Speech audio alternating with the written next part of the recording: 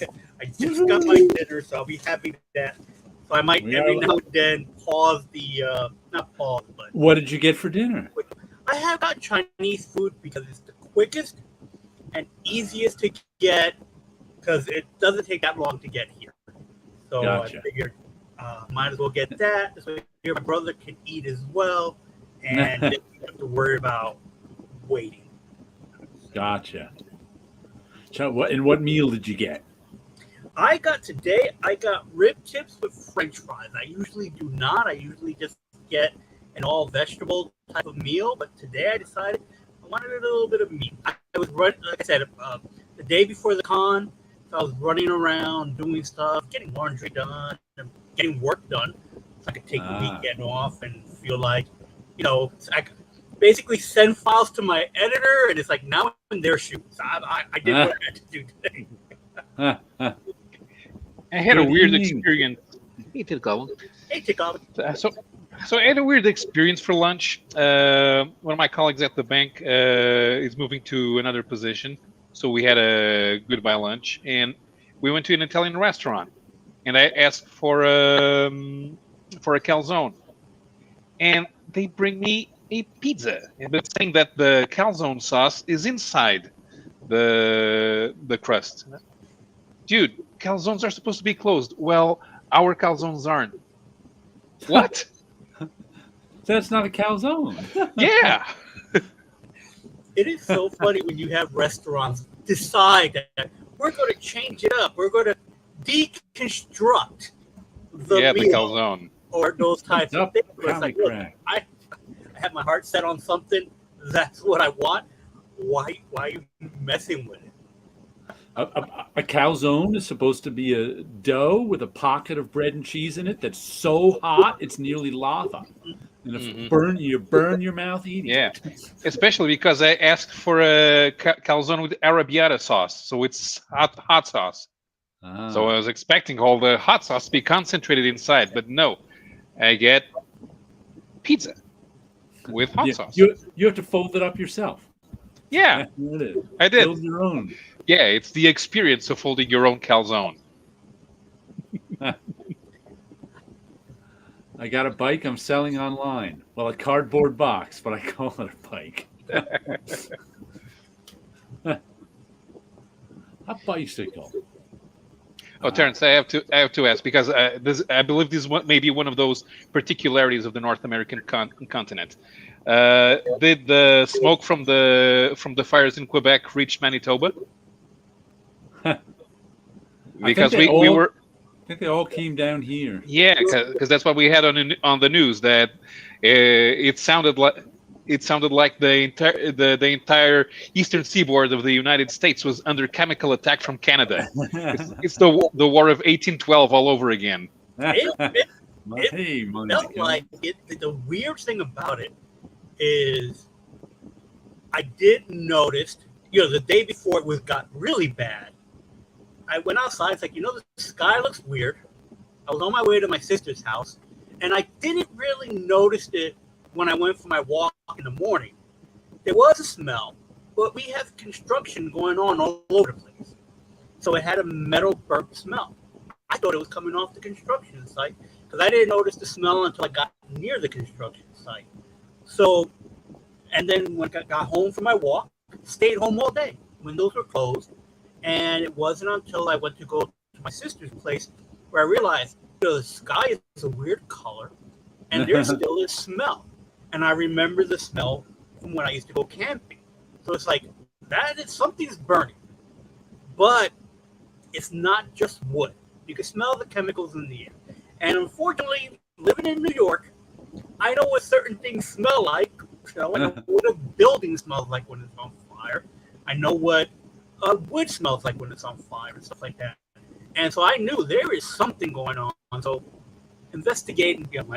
I checked my phone and went looking for something, and then I just found a little small thing that indicated a fire in Canada. I was like, it can't be that. And I go looking it up. It's like, well, that's exactly what it is. And then the next day, once we found out was poisoning us, was toxic to us, the next day was even worse. I filmed a little TikTok at about 12 in the afternoon, and everything is just a sepia tone, yellow, Wes Anderson movie filter across the planet, not the planet, but across New York. And it was like, all right, I guess I'm not getting new comics this week because, we're being attacked by Canada, apparently. Comic Crack hasn't noticed anything yet. One wind shift and we're screwed. Yeah, but that's what I find amazing about the North American continent. It's so big that something can happen in Canada and it affects the United States more than it affects the rest of Canada. Yeah. Well, there's also the jet stream and winds go up and down the East Coast. Have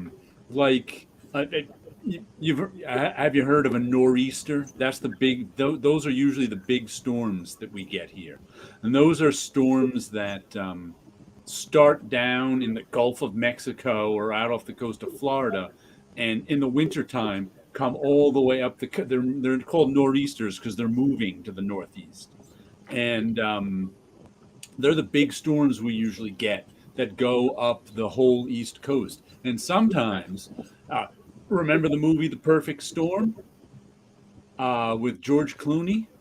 Yes. That's what happens when you got a nor'easter moving up and then cold air from Canada coming down, and it just stays there and swirls.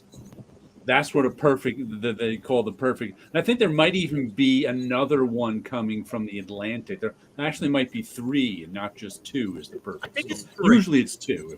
I think that there's one coming out of the North Atlantic too, along with that. So that there's like all 3 just hit somewhere, in the Northeast and just stay there. So that's how the winds go up and down the coast from Canada down to Florida. And that's how I hear that sometimes about freak tornadoes in Pennsylvania. Yeah, and Brooklyn. We've watching a tornadoes. live stream last night. They showed a photo. Oh, it looked like Blade Runner. It did. Very much so. Now we're used to getting from Canada cold air. That's usually what we usually get. And sometimes it stays a little longer. But they decided to switch it up on us and give us hell. So again, that was just. It was disturbing to watch how dark it got in the middle of the day. I recorded a quick video. I put it up on my YouTube channel. I had people. This is the first time for a long time. One of my YouTube shorts got a lot of people interacting, but I had someone from California basically state I should get over it. It's like, you know what? I understand California gets it all the time. We don't get that in New York. Also, as I'd like to point out to these California people, they have fires in California that affect California. This isn't that. This isn't a fire in New York affecting New York. There's a fire up in Canada affecting New York and a lot of the other East Coast. That's a different thing. Exactly. So my reaction to that person was something along the line of, and you're okay with that? That happens to you every day. I'm not okay with it. I did not like it. I did not enjoy it. But again, it was one of those things where all I can think about too is that this probably has happened before, but years ago, because I'm sure they've had fires before. I just don't recall it ever coming to New York at all. I don't think we've ever been. Yeah, my brother was like, was this what it looked like in the 70s? And I was like, kinda, in a way. Pollution was bad. It wasn't that bad, but that yellow tone, we've had it before, but not as heavy. And then there are shots that I saw of Manhattan where it was just pretty much orange. Over here, it got dark yellow. Over there, it got orange, almost red. So that was surreal in itself. Yeah.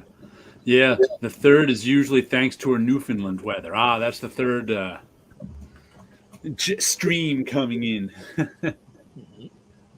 Get over it? That's a stupid thing to say. It's the internet. That's why. Here's a stranger decided this is what they're going to talk about. It's like, all right, whatever. You know what? Any interaction brings the numbers up. Right. If they want to make fun of you for reacting this way, they should say something like, "Oh yeah, this reminds me of the big fire of 1996. The one in 1999 wasn't as bad, but the one from 2004 was worse." You can say something like that and say, "Yeah, I'm used to this. Relax, it will be fine, but get over it." Yeah, it's just so ridiculous to say because it's not even clever. You know, it's like New Yorker, whatever. I don't care. It's just surreal, and that was interesting to watch. But you know, and unfortunately, I didn't get to go get new comics, but I did read a few of the books that I've bought. Ooh! So I read Clobbering Time, which is the Things book, the Things from the Fantastic Four. Those who don't know, Clobbering Time so far is kind of like their team-up book. Okay. I don't know what time period is being taken place because I do not currently read the Fantastic Four. Who's doing it? This is being drawn by Steve Scroach. Okay, he's writing it as well. Okay. Yeah, he's been writing. The last couple of indie things I read by him, he wrote himself. Okay, very well done. There's an artwork. This is a Watcher that's not the Watcher I'm aware of. So I don't know who this Watcher is. That's why I'm not sure the time period because the villain does travel through time. And he makes a remark like, "This is the third time that I'm fighting you," and it's actually been the second time. So I'm guessing that there is some time traveling shenanigans. But beautiful art by Steve Scroach. Some fun stuff. And like I mentioned, I think it's like his team-up book because each issue has been a different superhero. So this one, issue 3, is with Doctor Strange. It kind of tells you what's going on. So I'm enjoying it a lot because so far it's self-contained.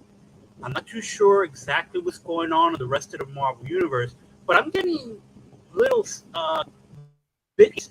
The issue before this, I did with Wolverine, so I got to see where the X-Men were and what they're dealing with. The first issue is with the Hulk, which is always a lot of fun. And it's a Banner Hulk that Banner could control the change. And they were fighting monsters in the first issue. So to me, that was a fun story. And again, not knowing what's going on with the rest of the Fantastic Four, this was just a good introduction back into the Marvel Universe. So I've enjoyed that. The other book that I started, I only read the first issue, is Extreme Venomverse. Well, you got Comic Crack to get Clobbering Time too. Oh, wonderful! I hope you're liking it as much as I am. Comic Crack. That was that he enjoyed it. One of those characters that I enjoyed. He had his own series quite a few times. When I started collecting comics, he had his own solo title, The Thing. But before that, he had, I think it was Marvel 2-in-1, was his team-up book. So I got one of the trade paperbacks, Project Pegasus, and I always enjoyed The Thing as a singular character. Mm-hmm. I've been watching a TV series called Extrapolations, futuristic stuff about climate changing. First few episodes is all about burning fires everywhere and people not being able to leave home. That was this week. We need Elon and his alien friends to get us off the planet. Yes. There's an Elon guy on that series too.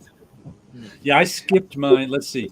The smoke kind of hit Wednesday morning because I skipped my outside bike ride Wednesday morning and rode the stationary bike. Then this morning, I don't usually ride on Thursdays, but I would have skipped it then too. And this morning I was like, it's not quite cleared up yet, so I stationary biked this morning too. Tomorrow morning I'll go down on the bicycle when the particulate, because what it was, they said it's particularly dangerous with smoke. There's very small particulates in the air. Yes. And that's what can give you long-term health effects if you're unlucky. I'm like, you know what? I don't need to be out there pedaling in that, sucking wind. They're not good for your lungs. That's why I didn't do any of my morning walks. And today was a lot better, so I was able to be comfortable to go walk to the post office and drop off some stuff that I sold, and then go to the laundromat to do my laundry. But again, it was like, well, it's just I still have a leftover N95 mask. That's better for those particular particulates than the regular cloth masks that we've been wearing. Yep. You know what that scrotchy art reminds me of? Because it doesn't look like regular scrotchy art, but I get a Seth Fisher vibe from it. Yeah. Yeah, but a little bit. Okay. Not much, but because Seth Fisher used to do like package a bunch of details into a page, and it's not. I only read his Green Lantern thing. Yeah, and I read his Fantastic Four thing. Okay. But so that's kind of what reminded me a bit, because it's more like the page layouts remind me a bit of Seth Fisher. Mm-hmm. Seth Fisher, they're doing something stupid, forgetting he was in his 40s and pretending he was in his 20s, jumping from rooftop to rooftop. Well, I thought he fell off the roof at a party or something like that. Was he doing that at the party?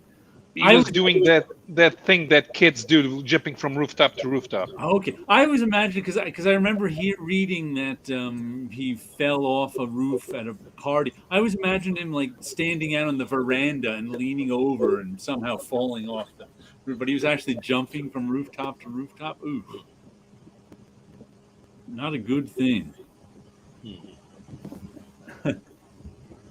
Elon Musk doesn't have alien friends. He still has a genetic issue.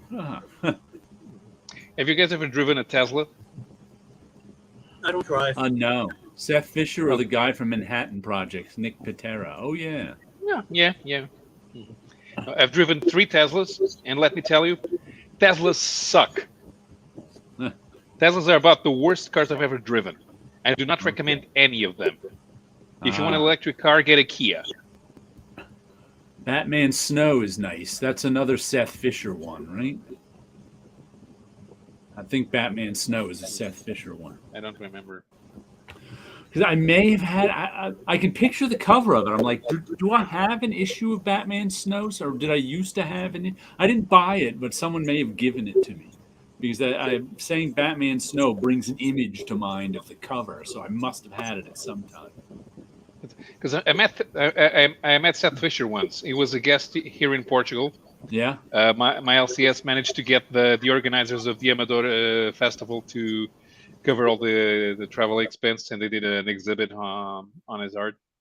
And after on a Saturday, we finished the con, and we went out for dinner. We all did, a group of 7 or 8 people, and we went out for dinner and drinks, and he was outgoing.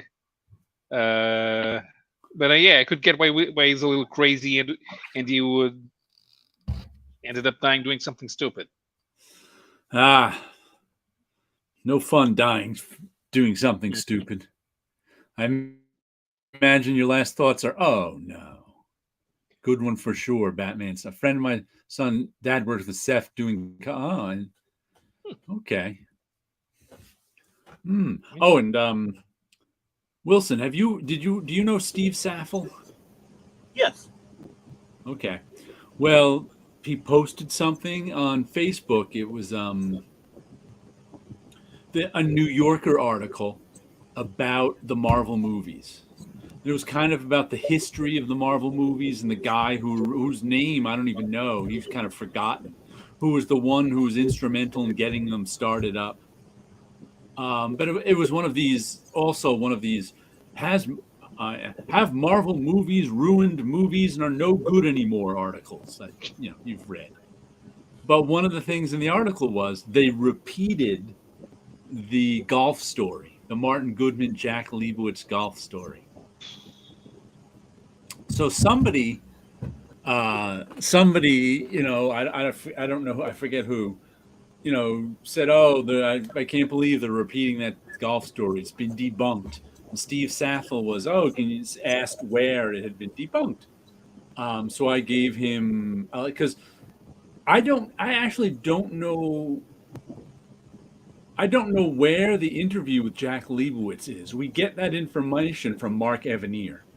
So Mark Evanier testified to it in the deposition between Kirby family and he said, Jack Leibowitz said it. And I'm like, I have no idea where that interview is, though. I have no idea. But anyway, I posted that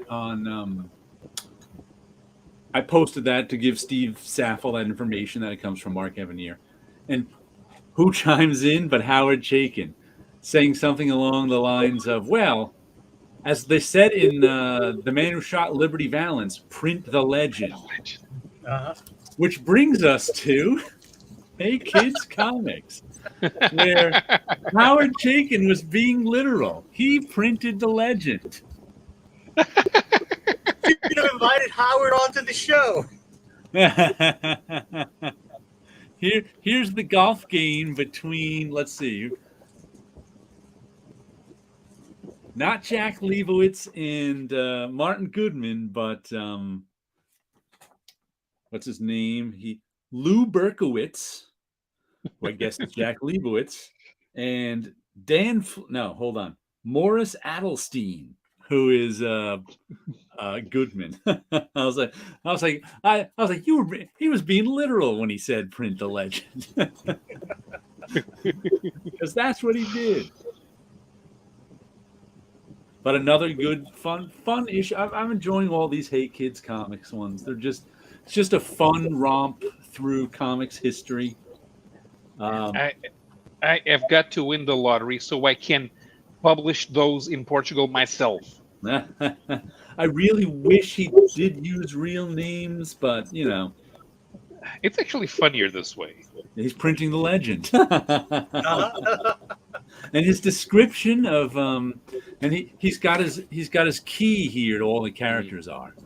Yeah, but remember when we talked about doing TV series, and this would be a good show to adapt. Right. It's good to adapt if you don't use the real names. Right. That's true. But now I can't remember who because Yankee Publishing is DC. Verve is Marvel. But I'm like, who is GW? Is that who there are? That must be WEC. Who printed Captain Marvel? Fawcett. Maybe that's Fawcett. Because there's 3 editors there, and his descriptions of them are fun. The 3 GW editors are Dick Altman, the antidote to Gertz and Grossberg's lack of focus. Paul Gertz, the antidote to Altman and Grossberg's lack of professionalism. Arnold Grossberg, the antidote to Gertz and Altman being insufferable assholes. So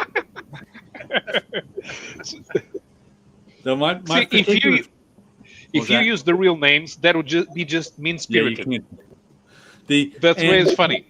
His this has to be Will Eisner, just by the description. I don't even remember him being in this issue. Dan Fleischer, pillar of the form's language and supporter of its most unfair practices. Because Will Eisner ran studios, just like everyone else did. And Joel Pitkin is one of GW's signature artists with a flair for pushing buttons the audience barely knew it had. Well, I wonder if that's if GW is that CC Beck. I don't know, because I've lost track of who GW is, the publisher. Which I think we've discussed last in volume 2. We probably figured it out and had a discussion about it, but I've forgotten already. No, because all of a sudden we were reminded that Chicken has been introducing so many characters all at once. There's a thinly veiled version of Chicken. Yeah. In the 70s. And there's so many eras. Like this one's got 1954. Where's the other one? 1954. 1957.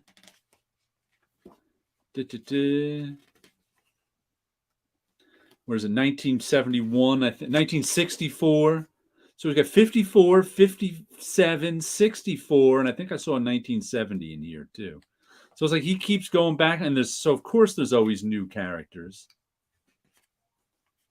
There's a scene with the DC people finding out that Marvel in 1964 Marvel's comics are selling, and they're like, "What the hell is this crap? Why is this selling?" And there's even a scene. I don't know who this is supposed. I don't know if it's a famous comic book story or somebody, but there's somebody called the Matinee Idol, Nigel Cathcart. The star of stage and screen needs no introduction, but how about you give him one anyway? And because there's this scene in here where one of the artists, who I assume is Neil Adams. When is this one from? Because he looks like he's got the blonde hair and the goatee. Mm-hmm. Like because I had read that Neil Adams looked like Green Arrow at the time. He kind of based Green Arrow on himself, and he's out there with his girlfriend playing with fencing foils in Central Park, and this famous stage and screen actor comes up and shows him how to really fence. And I was like, that has to be based on a real story somehow. I mean, I can't imagine he just came up with, I don't know what story it's based on, where he got it from, but I can't imagine he just came up with, because there hasn't been a movie star in this series before. There was no reason for him to be there, except kind of, it must be a story in comic book lore, one of those legends where Neil Adams ran into some movie star in the middle of Central Park one day.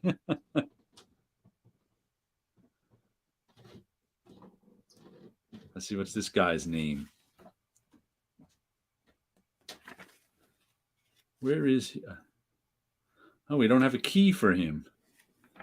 There's no guy with a... Could he be Adam West?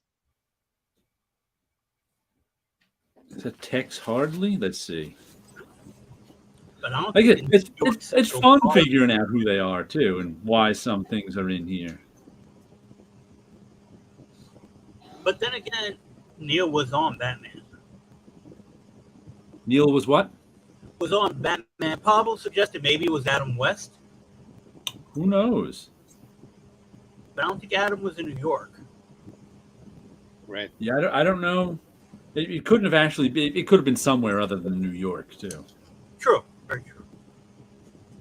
But when he was saying about Star, I was thinking maybe Bob Kane, when he was talking about stars. No, but that would involve Steranko. We'd have the punching in the elevator scene. Let's see. Hey, Catherine, Wilson Pollard, writer who'd rather help comics grow up than outgrow himself. Jeff Thomas, in an industry full of broken toys, somehow delivered brilliance while remaining near mint. He doesn't have a goatee. Peter Vance, works of astonishing beauty produced from a life completely devoid of peace. That's got to be Wally Wood. I can't think of... I think it was. Didn't he react to being called Pete once? Oh, maybe he did. That's got to be him, though. I think that there was even a scene in here of Roy Thomas at the very beginning. Like Roy meeting Stan Lee on the first day. I had an old gypsy client named Rolfin after Errol Flynn. Huh. Neil Adams of Trickster album cover fame?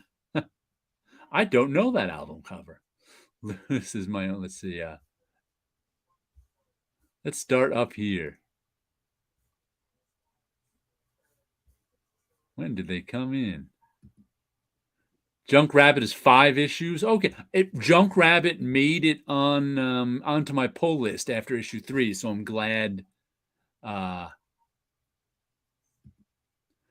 Good evening. So I'm glad at 5 issues.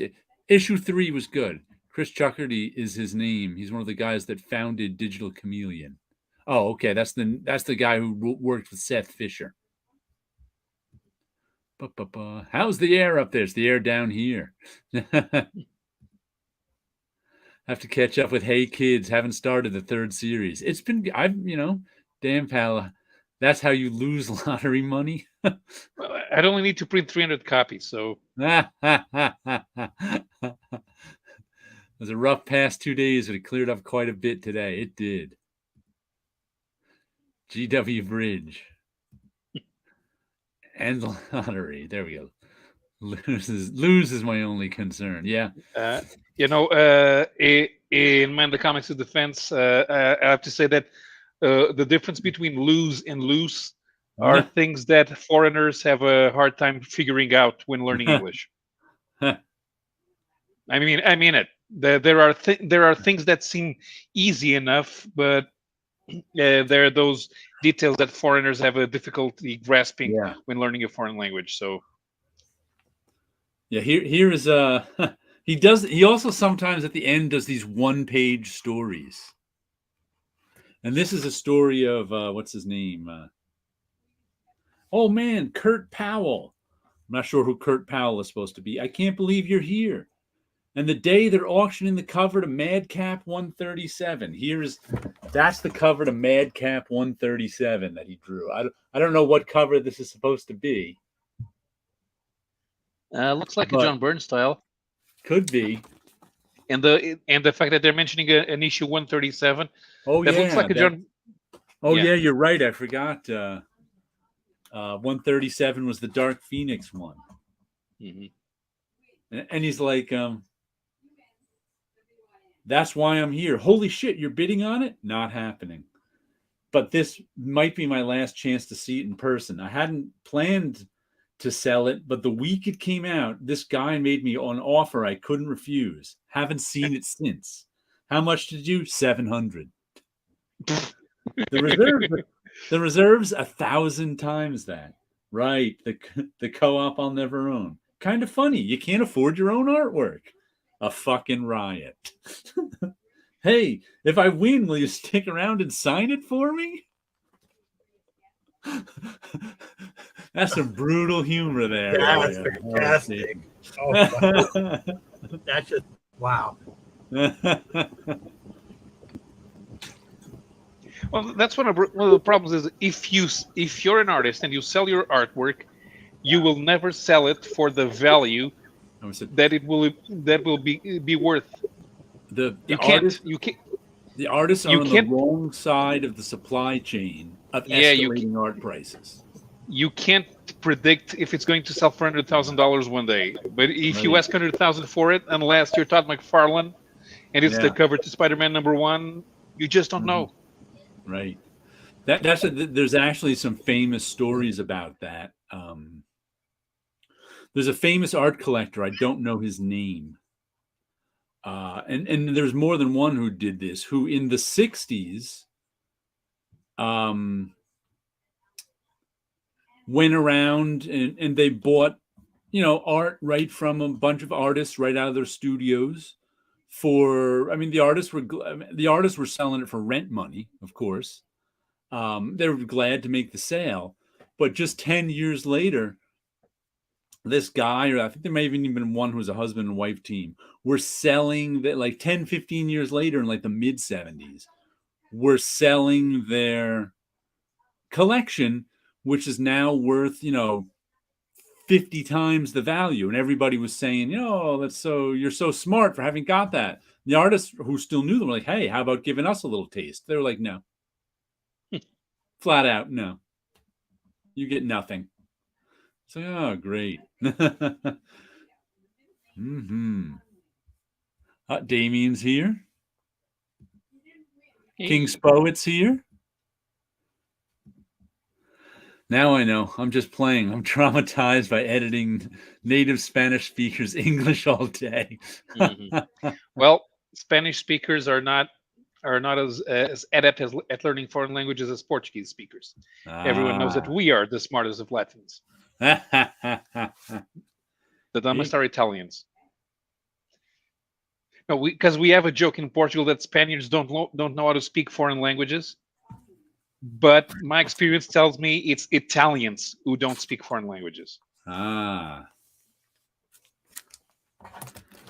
Oh, I must say that the French do speak English.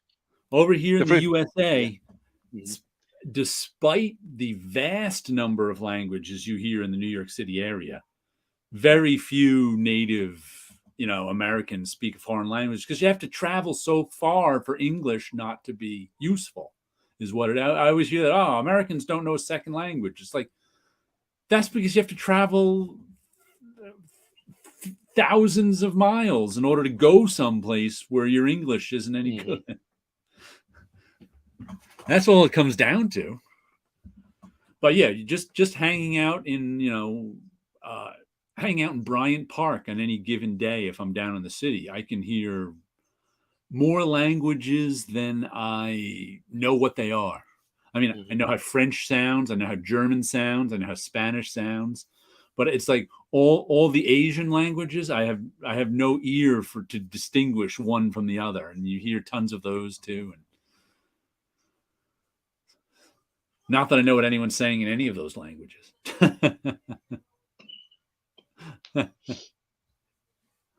Let's see, what else did I get this week? The 6th and final issue of The Ambassadors. This has been every 2 weeks it's come out. There's been a different artist every issue. We got Matteo Scalera this issue to wrap up the series. It's double-sized, or not quite double-sized. It's 37 pages, I counted, of actual story, some other pages thrown in there, for $6. Not a bad deal. But this is the story where some genius woman in Korea discovers how to give people superpowers, and has a contest for giving, the 6 most worthy people in the world superpowers so they can form a rescue team. And it goes about how a Mark Millar story goes, where there's interesting parts to it. Like, one of the interesting parts was in the very beginning, this woman, like I said, she was a genius. She had a husband who was a genius, and he framed her and got her sent to jail for life or something. So what she did was, somehow with some technology she had in place that her assistants eventually perfected, along with this superpowered stuff, she transferred her consciousness to a new body that was out of jail. So she actually had a press conference where she was like, I'm back. And so her old body just died in jail, and her new body was out of jail. So it was like, they couldn't do anything. They couldn't throw her new body in jail because she was already in jail dead. So I found that a little bit of an interesting beginning to start the story. And then the rest of the story was about these people getting superpowers that they could only download 3 at a time for some reason. And her husband turned out to be the villain. This whole time we've been getting hints he's secretly been recruiting people to his own superpowered team. And like I said, the first 5 issues were sort of getting the team together, getting them used to the superpowers, making rescues. So that in the 6th issue, the big fight is going to happen, because that's how Mark Millar stories end, with a big fight. And it always ends with the heroes looking like they're defeated. All the odds are against them, and somehow something happens and they win, like in 3 seconds. And that's exactly what happened. Well done, Matteo Scalera. The different art from the different artists is really the highlight of this. The plot and the writing were okay, but it was fun stuff. And her husband shows up with 60. And what he was doing was selling billionaires superpowers. And he wanted to crush the other people because he's like, we don't want any non-billionaires in our club. This is the ultimate edge that we're going to get in life. So he arranges it so his, 40 or 60 billionaires, whatever it was, are going to kick these eight super powered guys' asses. That's the right climactic scene. And then, of course, there's some little hitch that eventually allows them to win. But you can read it. It was fine. I enjoyed the series, but I always call Mark Millar the master of the expected, and that's what we got. I got the expected here. It's the artists who really pull it off for me. So it was a good ending. But like I said, it's the Matteo Scalero pulled it off pretty. I had a little problem with the color, especially in the beginning. I don't know what they were doing with this color. Lee Lowridge colored it. It was usually very good. But there was just some weird, like a yellow panel, a pink panel. There was just some weird color choices in here. Here's the flashback, had like a sepia tone next to an all of a sudden purple tone and another.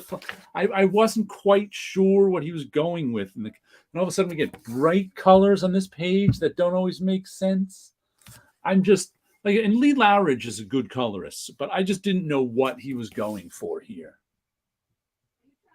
And it made the artwork a little confusing at times. Not that the artwork didn't, because some of the Matteo Scalera stuff is a little loosey-goosey. I don't know if you know his work very well, but he can get a little sort of designy and loosey-goosey with sort of the drawing. So in some panels, I'm like, what's happening? Like there was one panel here. Let me see if I can show it to you.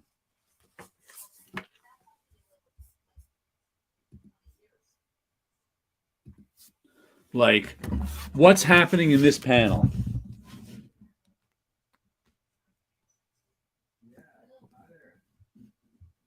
I don't know what that is.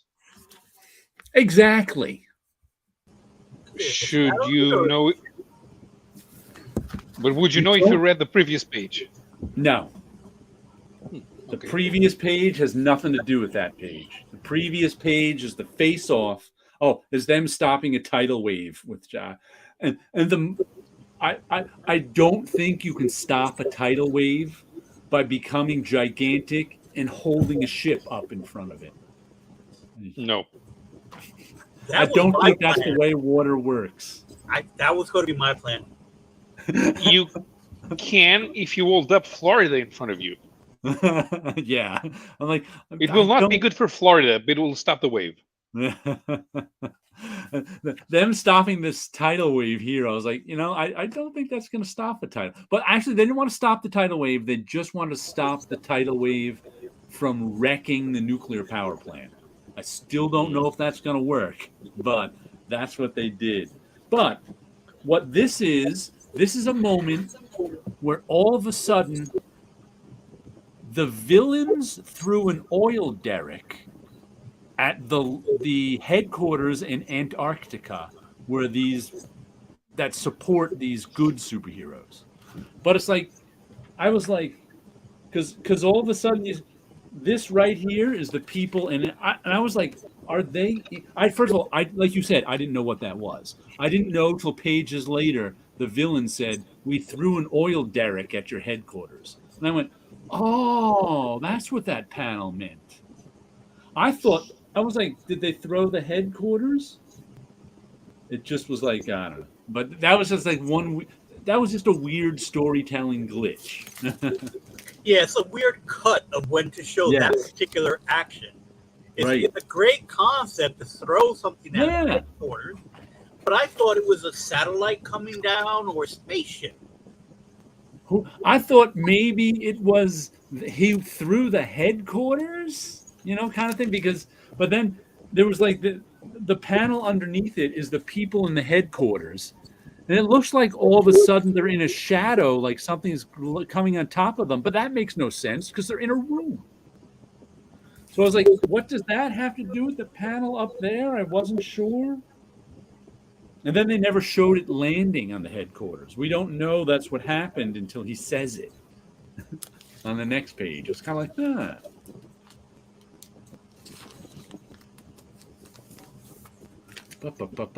But yeah, I enjoyed the series. Let's see, we got lots of chatter in here now about Mark Miller. The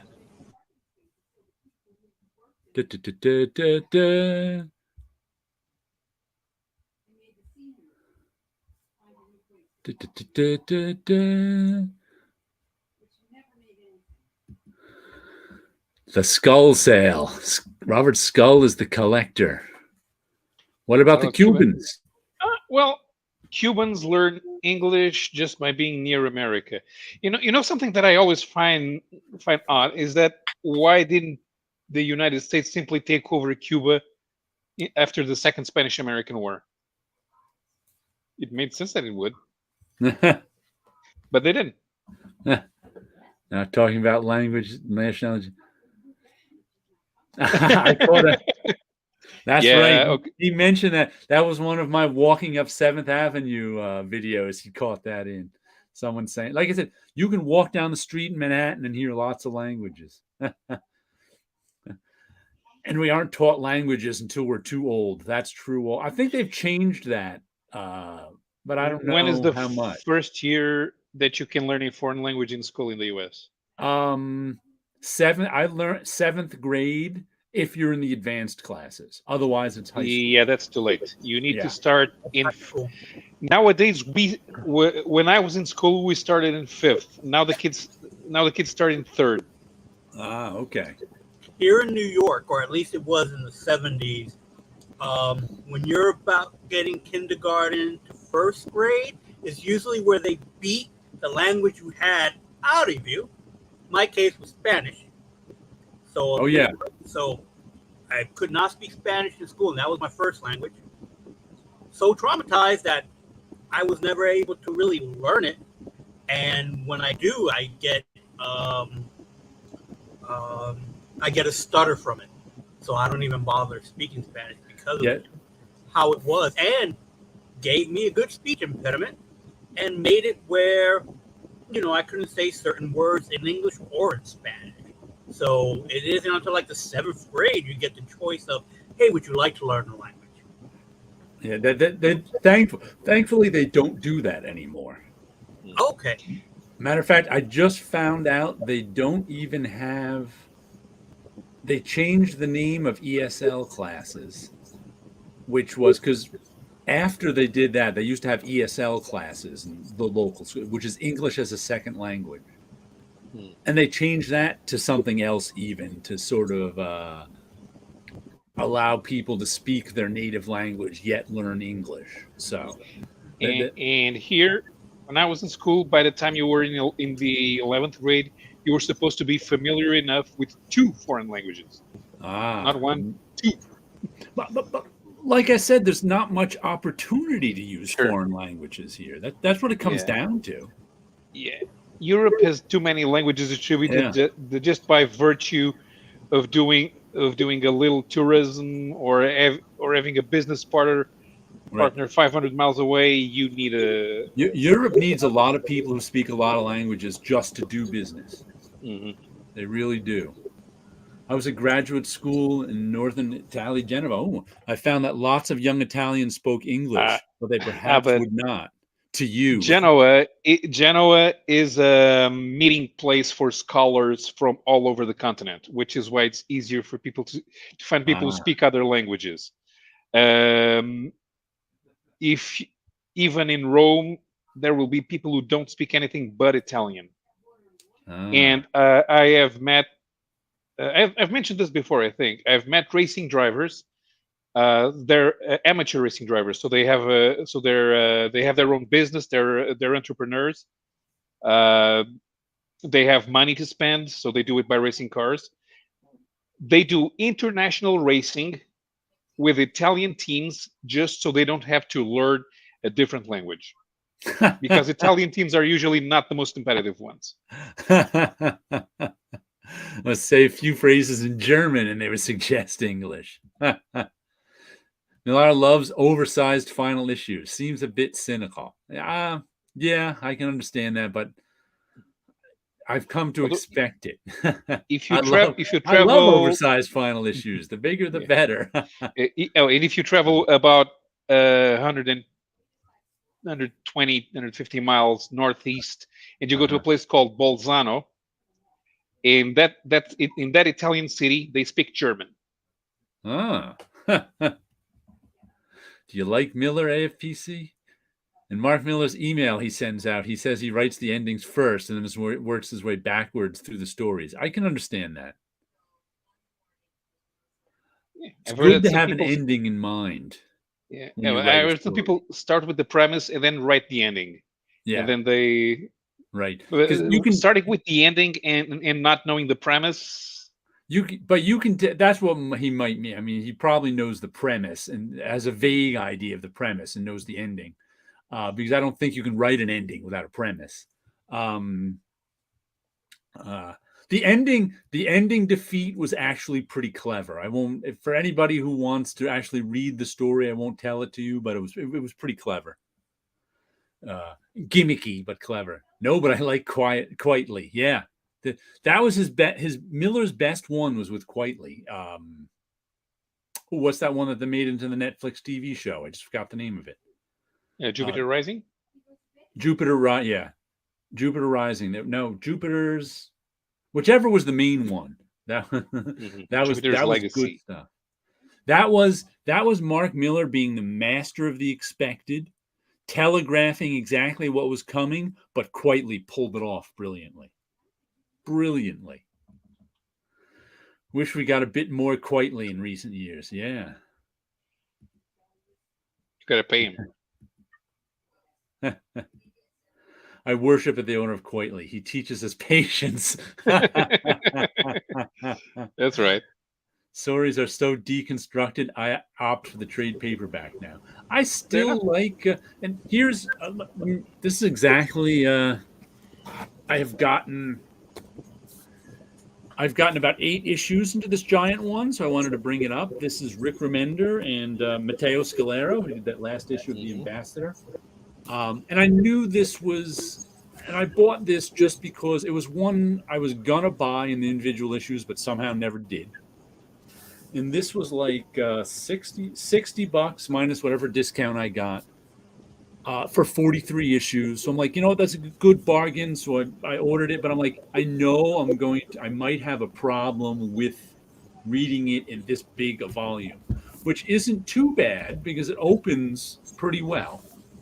I was going to ask, how is it reading a tome that size? Is it comfortable? It's comfortable. This one isn't bad. But one thing I noticed was sometimes I had to not the things are totally lost in the spine, but a couple times as I'm reading, I have to go and push it open a little more. And I noticed the double page spreads really have less impact. I noticed that in one, as I was reading, he doesn't have a lot of double page spreads. There was one in particular that was really an impactful double page spread, except for the fact that you don't get to see it all in which is one of the reasons I don't like trade paperbacks in general. I mean, and I'll buy trade paperbacks, don't get me wrong, but I prefer individual issues because I think especially in this one, double page, unless it opens up completely flat, double page spreads I lose too much of the impact as I turn that page because you don't have boom, both pages hit you all at once. You have 85% of this page hit you and 85% of this page hit you. And it doesn't quite connect in the middle like it should. But I noticed that reading this particular volume that I was like, wow, because I was like kind of like, oh, that's a double page spread. And it's like, you're not supposed to do that when you read a comic. You're just supposed to go boom when you hit the double page spread, which doesn't always happen depending on binding. So, I get 20% off the trade paperback versus 10% off of Fluffy at my LCA. Yeah, I can understand that. I guess I'm unteachable. A building thrown through the air. It was an oil derrick. as we saw in that one. Are they standing on a glass floor? I don't think so. No one is no one is beyond salvation. In Quitely's name we pray. I am. Amen. I am. Pass the collection basket. Yes, Florida, flaccid mangled penis. That's not going to stop a tidal wave. The size of the arm to throw an oil derrick has to be huge. Yeah, they probably used one of their 58. That's what's funny too. The villains even mentioned, is like, you guys only got 3 superpowers. I got 58.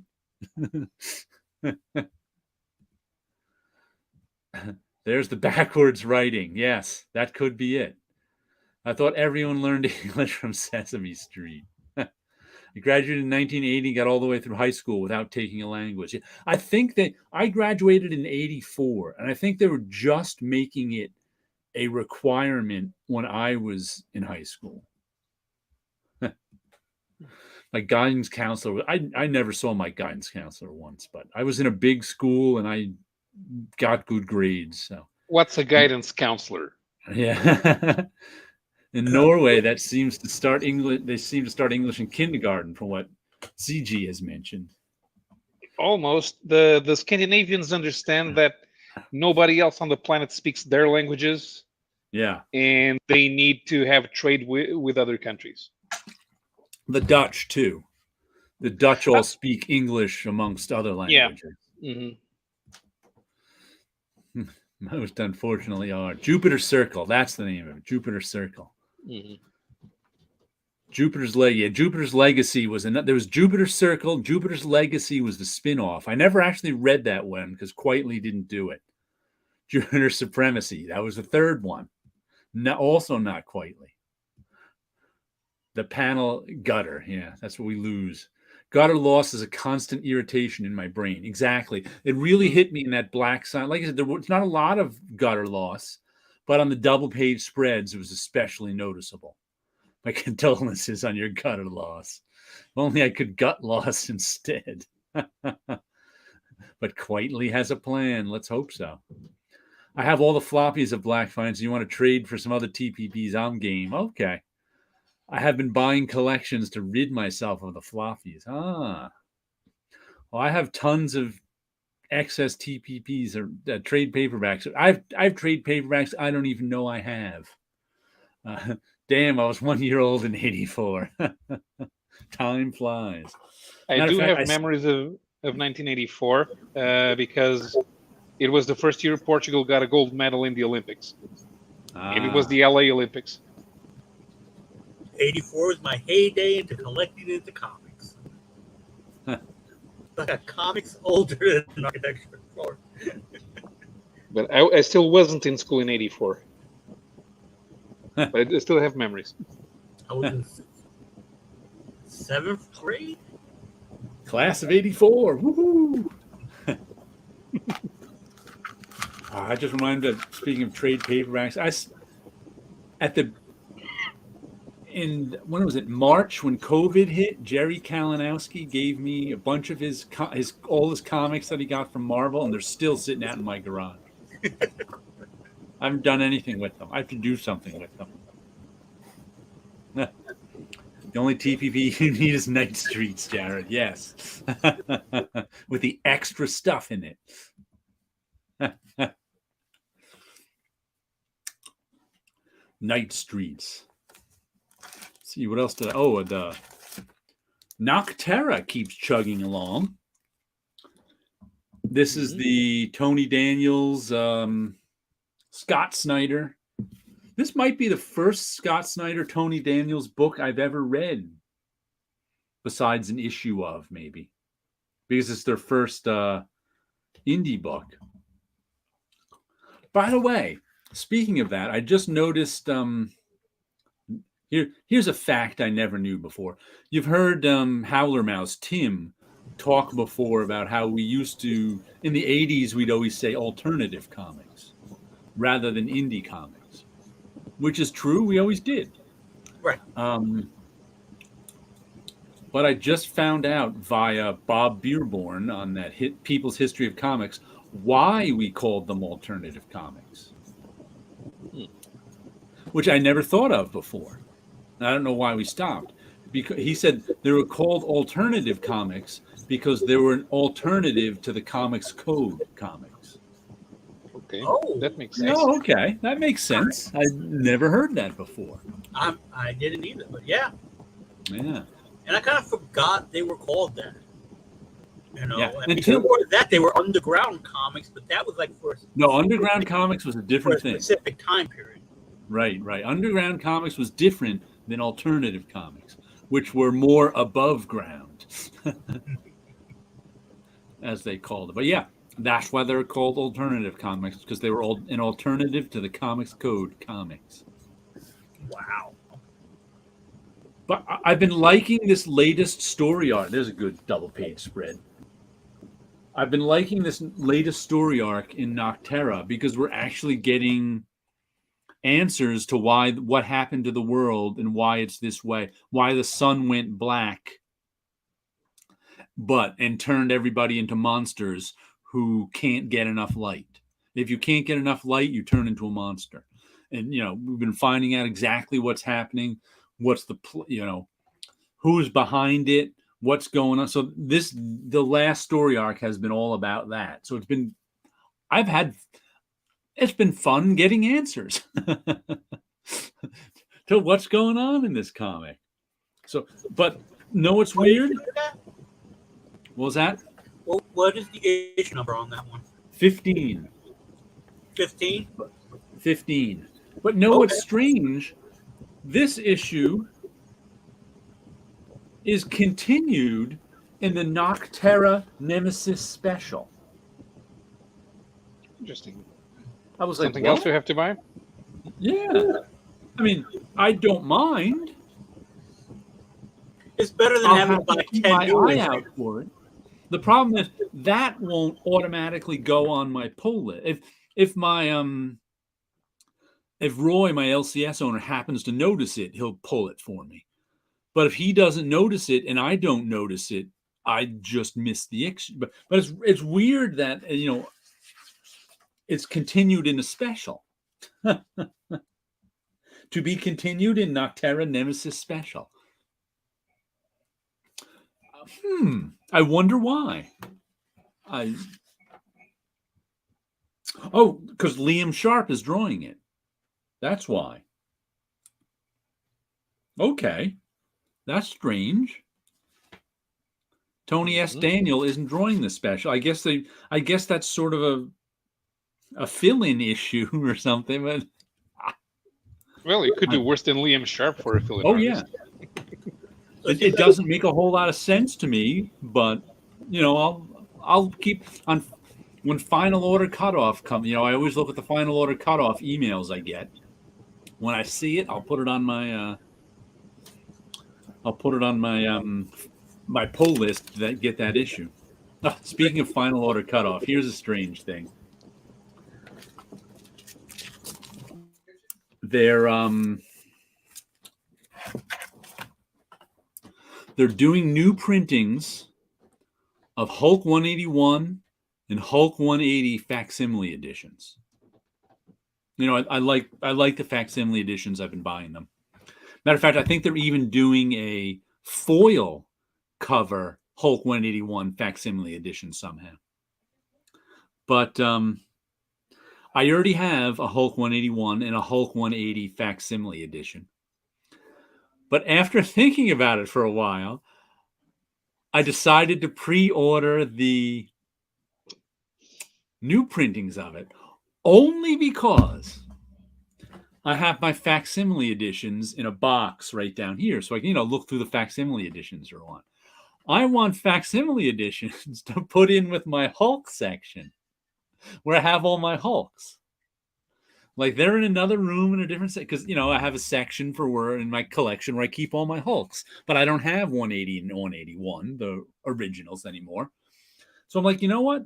Why not get up? And I don't want to keep I'd like to keep all my facsimiles together. So I'm gonna get the new printings just to file them with my Hulks. There's a comic book collector thing, huh? And it completely makes sense to me. Are you going? To me, there's nothing weird about it. I do have a question about facsimile editions. Yes.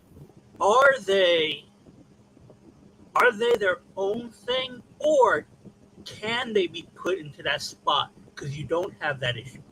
Oh yeah, they're ads Are and they- all. Are They're they? ads and all. They're not a second print run. No, they're their own thing. But you can be if you don't want to spend $10,000 on Hulk 181, you just put the facsimile in there. It's Okay. the same thing, different printing, different time. If you don't care about having the original, you just want to fill in that hole. That's what people do. Okay. Because I was just If you thinking about it the other day about facsimiles. Because at some point, I was looking at one of the databases for comic collections. I forget which one I used, but it's one that I look up whenever I have I want to get some more Silver Age Spider-Man. What am I missing? And then I've seen I think it was a facsimile show up on that list in the correct number order. right, But it never dawned on me that a facsimile can be, because we've had second printings.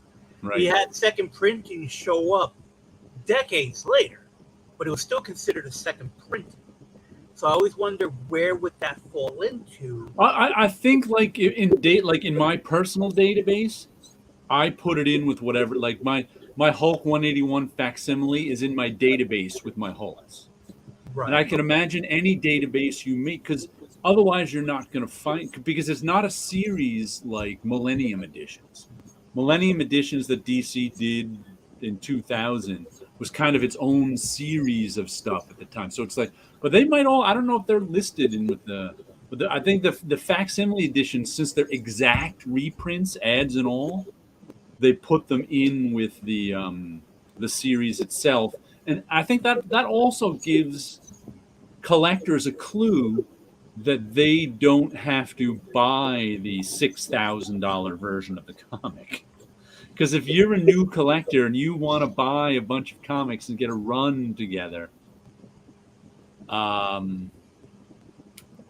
you're not going to get a run together if you have to buy a $6,000 comic. So it's good that, whoever's putting the database can let you know, here's this $4 version. You can get that. Yeah, I may have to do that for the first appearance of the Punisher. Yeah. That's one of those books that I couldn't get. Why not? And it's I'd rather just stick the facsimile one in there, kind of a thing. So I would do the same. If I was working on a run of Spider-Man, I would not want to buy all those expensive Spider-Man books because I'm not that kind of collector. Right. If I was that kind of collector and had the money, I'd buy the originals, but I'm not. So I'm perfectly okay with. That's why I love these facsimile editions. One of the reasons I like these facsimile editions, let's see,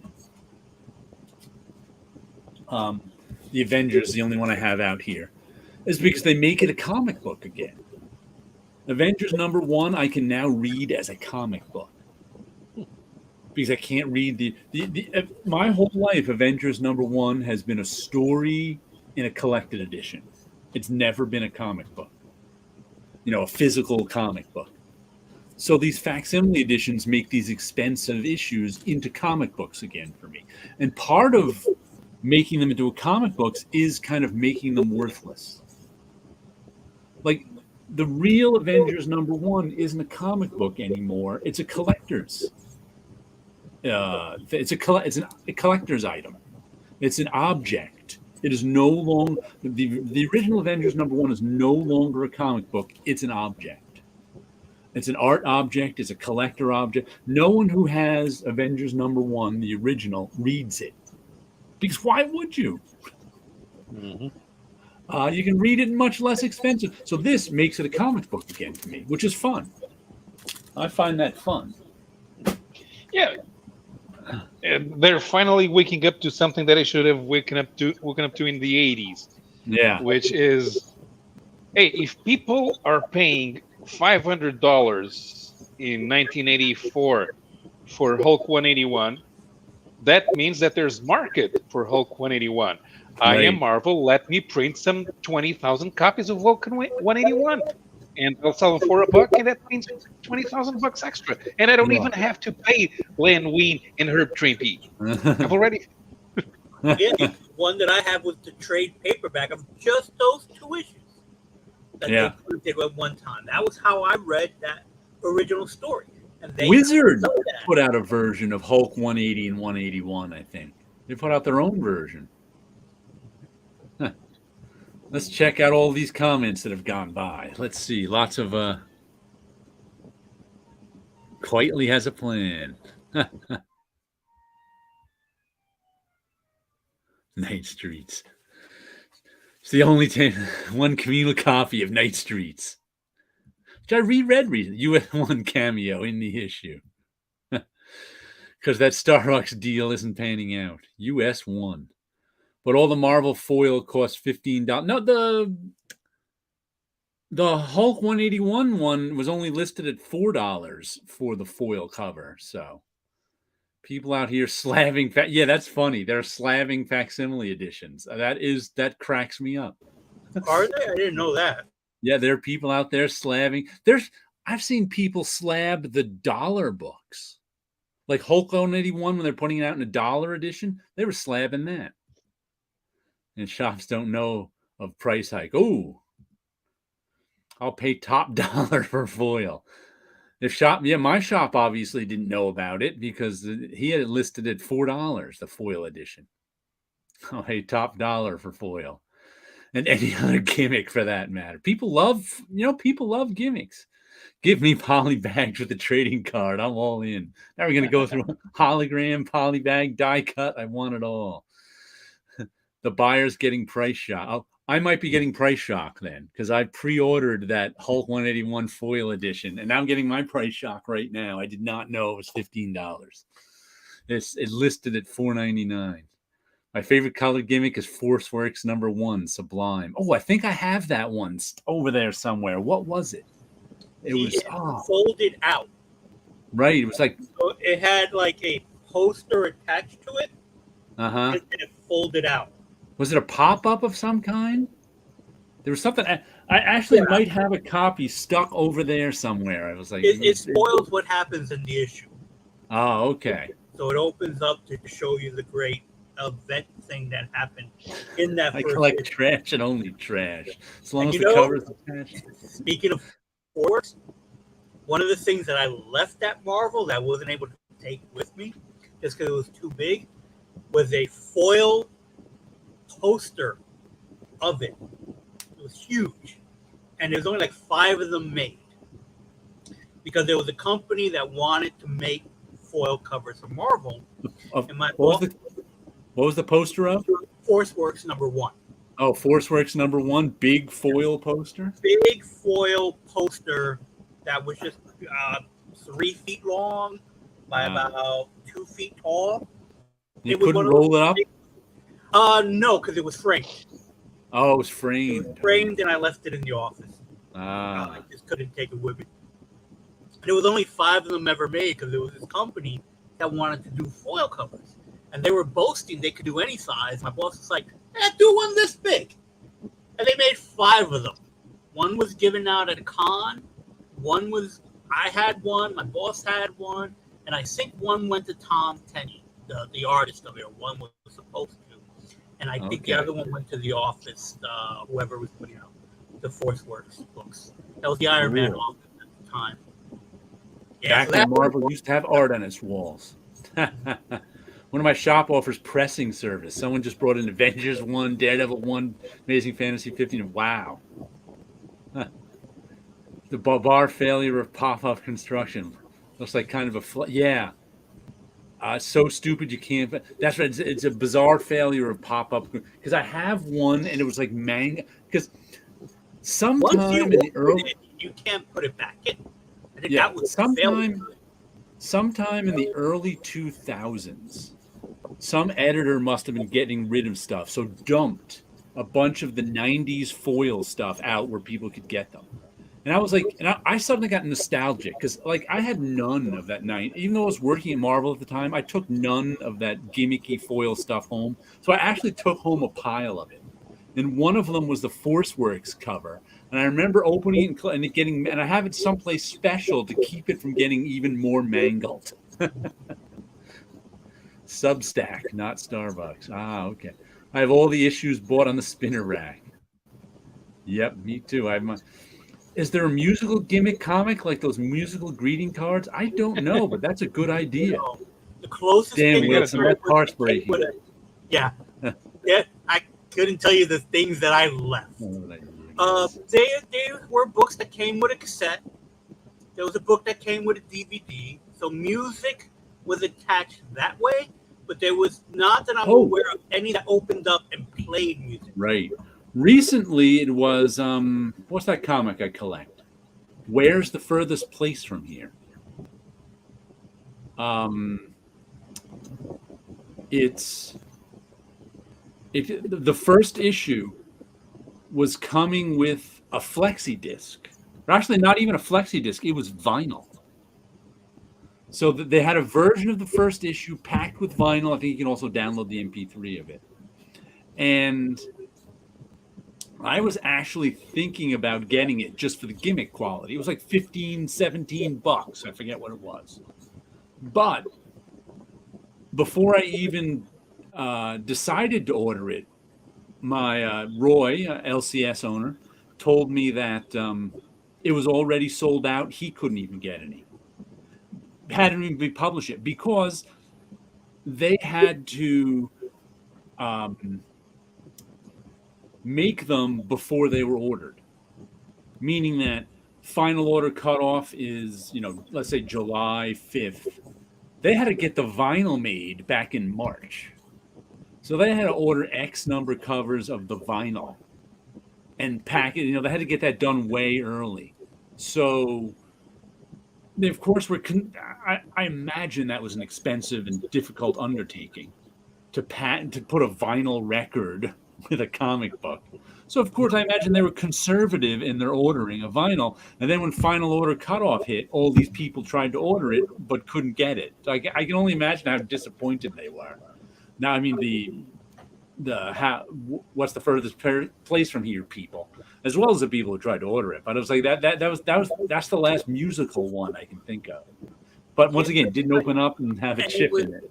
And it was full vinyl, so it wasn't even like the old cereal boxes that used to have a flexi vinyl thing. There are comics that come with flex. That's why, like I said, this what's the furthest place from here wasn't even a flexi disc. It was actual vinyl. I've got a few flexi disc comics in my collection. Oh, you do? Music comic and some crack noise music drawn by Corbin. All right. Now the gimmick or an AR or QR code to scan with your smartphone, which presupposes you won't. That reminds me, the one series I'm reading, what is it? No One, which is one of the Massive Verse series. There's a podcast that goes with it. And I think it's supposed to be a true crime podcast attached. I've never bothered to listen to it because I don't care. I just want to read the comic. I get enough true crime podcasts to not listen to a fake tie-in true crime podcast. But yeah, there's a podcast that goes with No One. I have a better idea for how to do the music gimmick comic. Yeah. So once again, I win the lottery, and I will publish Hey Kids Comics, and volume number 1 will have a something playing music, and I will hire Weird Al Yankovic to write and record a parody of the Merry Marvel Marching Society theme song.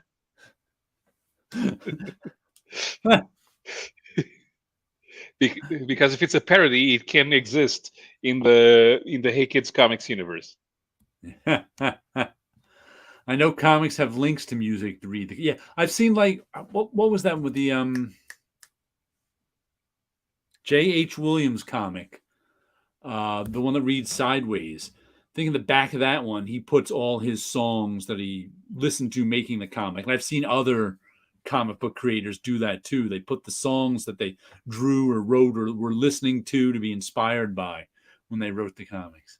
I'll contact Dark Horse, Damien. Yeah. I have the Nexuses with the flexi disc. I think I missed out on that one. I had to get the collected edition. Or I might have. I can't. Was that issue 3 of the original black and white Nexus? Because I can't remember if I bought it or I decided to buy the trade paperback of the first 3 issues instead and therefore never bought it, even though I wanted the flexi disc. I'm going to have to look. I didn't know they had the flexi disc in Nexus. What was that? I completely missed out on that. I wasn't even aware they did it. It was in the very beginning of Nexus when it was a black and white comic before the color Nexus even hit. So there's like 3 black and white issues before. Did Capital start publishing that or first? I can't remember. Was it Capital? It was Capital. It moved to first when Capital stopped publishing comics. Right. Okay. And it is issue number 3. Yeah. Okay. Not feeling further. The last issue of Furthest Place from Here was really good, but I understand you not feeling it because I'm not quite feeling it either. In that any issue of Furthest Place from Here is pretty good, but overall, I don't know what it means.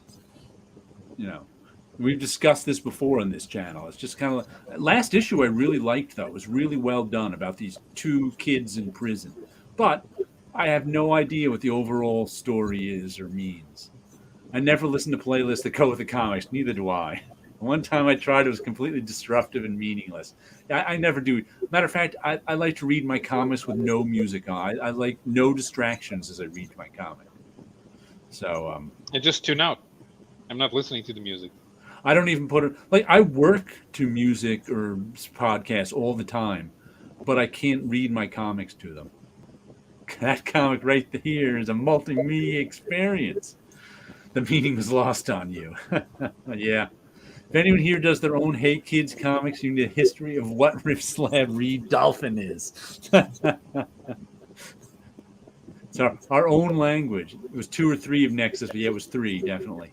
Because I think my comic shop only had issue 3 of Nexus. And I was always like, should I just buy issue 3? But then the trade came out, and I bought that, and I don't think I ever bought issue 3. But they had issue 3 for the longest time.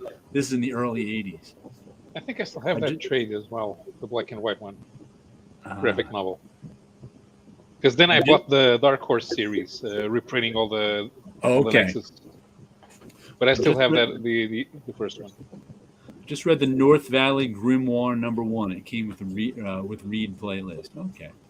Yeah, see, we were discussing ROM coming out and the Micronauts. There's another reason that, despite the fact that I think ROM and Micronauts were good comics, and I bought them as they were coming out, I'm probably going to never read them again because I still haven't read Nexus since it came out. And I'd much rather reread Nexus than ROM or Micronauts. So, after Steve Root quits and then the family drama hits up, it's not what you started reading. Yeah, I don't not even bad, count, but I don't even count those issues not drawn by Steve Root as Nexus. yeah, but there are half of them in the original series. Yeah. Capital, right. Capital put out Banksy comic would dissolve once you read them or dissolve once slabbed. That's right. That may have been very expensive. I don't think it costs more. Yeah, which one? The Nexus one was more expensive, I think, than a regular issue. There was some reason it must have What's the Furthest Place from Here was definitely more expensive, and the Nexus one. I think the Nexus one was more expensive because that must have been the only reason I didn't buy it. I don't know. It's tough to remember. Banksy, huh? Let's see, what else did I get here? Those ones down to the bottom. I can't stand the non-Rude Nexus. Yeah, and it's just not Steve Rude. The Right. Paul Smith ones were second best, but still, it's just not Steve Rude. I like all the stuff he did after the Nexus final, because Steve Rude did all the Nexus stuff after the series ended over the years, all the miniseries and things. Caravan Hey Kids Comics page 1 opens up with a love check and a Spawn currency calculator. Waxworks Comics sold comics with records. Okay. Here's the first issue I bought. I pulled off the shelf. In Hell We Fight. It's by John Layman in either Joke or Jock. It's J-O-K. Let's see. Where is he from? That might give us a clue. I know he's not from the U.S. Uruguay. So I don't know how you pronounce J-O-K in Uruguay. Yeah, nobody in Uruguay would even pronounce that. It's not Spanish, so I don't know. Maybe it's short for something. Yeah, could be his. But this is an example of. First of all, I like the name "In Hell We Fight." I don't like the logo very much. I looked at this one online originally during final order cutoff and chose not to get it because I really didn't like the artwork. But I have to say, I then looked through it. Like, I just don't like the drawing, the style of artwork. But then I looked through it and I liked the storytelling. His storytelling is actually very good. I like his imagery. Here's a couple of beautiful pictures. It's funny. There are some guys that are like this for me, where I don't like the drawing when I look at it. In Hell We Fight. But when I'm reading it, I really enjoy it. Kind of reminds me a little bit of Mignola. Yeah, there's definitely a bit of Mignola in here. Not quite as neat as Mignola, and as. But it was a good first issue, and it's more along the lines of Archie horror in terms of it's not that dark. They're in hell, of course, for whatever reason. But it's not like it's not like hell is a good place. But they're not being tortured continually. They're like, I guess they can be randomly tortured and stuff. And there's parts of hell where you're continually tortured. But this is the type of hell you can have an adventure in. So we get these characters, and they're pretty funny. That this one guy, this one kid, this like Tom Sawyer-ish kid, goes to hell because he hates frogs and he kills all the frogs he sees until this one giant demon frog kills him, and he goes to hell. And then there's let's see, he's one of the crew. There's a 3-member crew, and they all have these kind of useful hell powers. Like if he gets like the one girl tells him disgusting things to get him to throw up, and he throws up, and it really hurts him to throw up, so he doesn't want to do it, but he throws up items. He throws up like useful items. They found like a spyglass he threw up. So it's like random. I guess since he drowned, he throws up things that are in the water or lost in the water. So there's a useful power, even though it tortures him to use it. And the other one is this kid. What did he get killed by?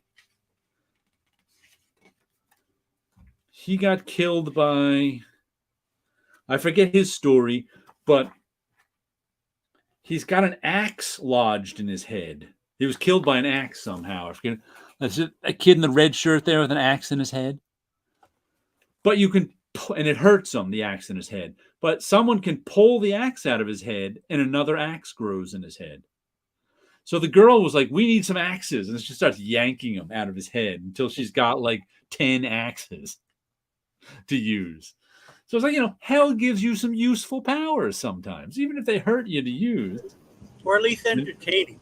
Yeah, entertaining powers. Then we get this little, hot stuff guy who's the son of the devil or something there, who they don't want around because when he's around, this big devil guy comes around, but he ends up tagging along with them. and the girl who's their leader, I don't remember what her story. She's in this like schoolgirl outfit. I don't remember what her story was, but she's kind of the leader of them, and they're on a quest to make hell more palatable for themselves. And then, of course, they get into more trouble. Actually, they were on a quest to hijack an ice cream truck so they can have some ice cream. That was their quest, which at the end of the issue, I won't spoil it, but gets them into trouble.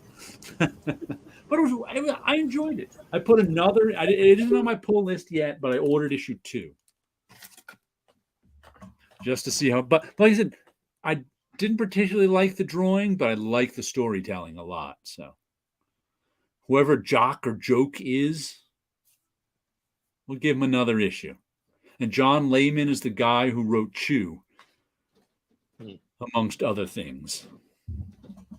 It sounds interesting. Yeah, it was a good one. In Hell We Fight came out this week. If you want a sort of nice, light adventure book, In Hell. Yeah. It reminds me of that thing that Scotty Young did with the little girl in Fantasyland. What was it called? I Hate Fairyland? Yeah.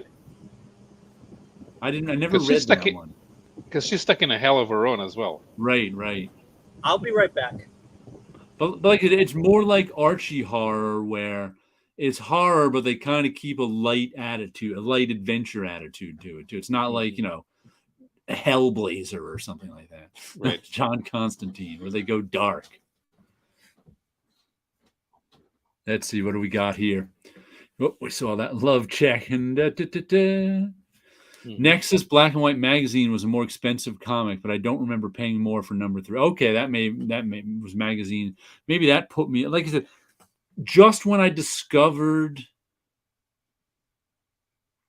I think I just, like I said, I forget what year it came, what year Nexus originally came out, but Comic Shop opened a couple towns away from me in 1981. I was kind of going regularly by 1982.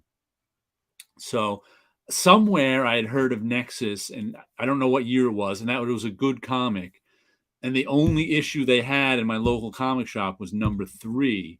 And I was kind of like, should I get number? You know how it is when you're a 16, 17-year-old collector. You're like, I don't know if I should get number 3 or not. Then I heard then I had seen the trade paperback collecting 1, 2, and 3. And I was like, all right, I'm getting that. And I got that and then put it on my pull list. So I think that may have led me to not buying issue number 3 with the flexi disc in it, even though I wanted it. Yeah, all those came out around 81, 82. Yeah.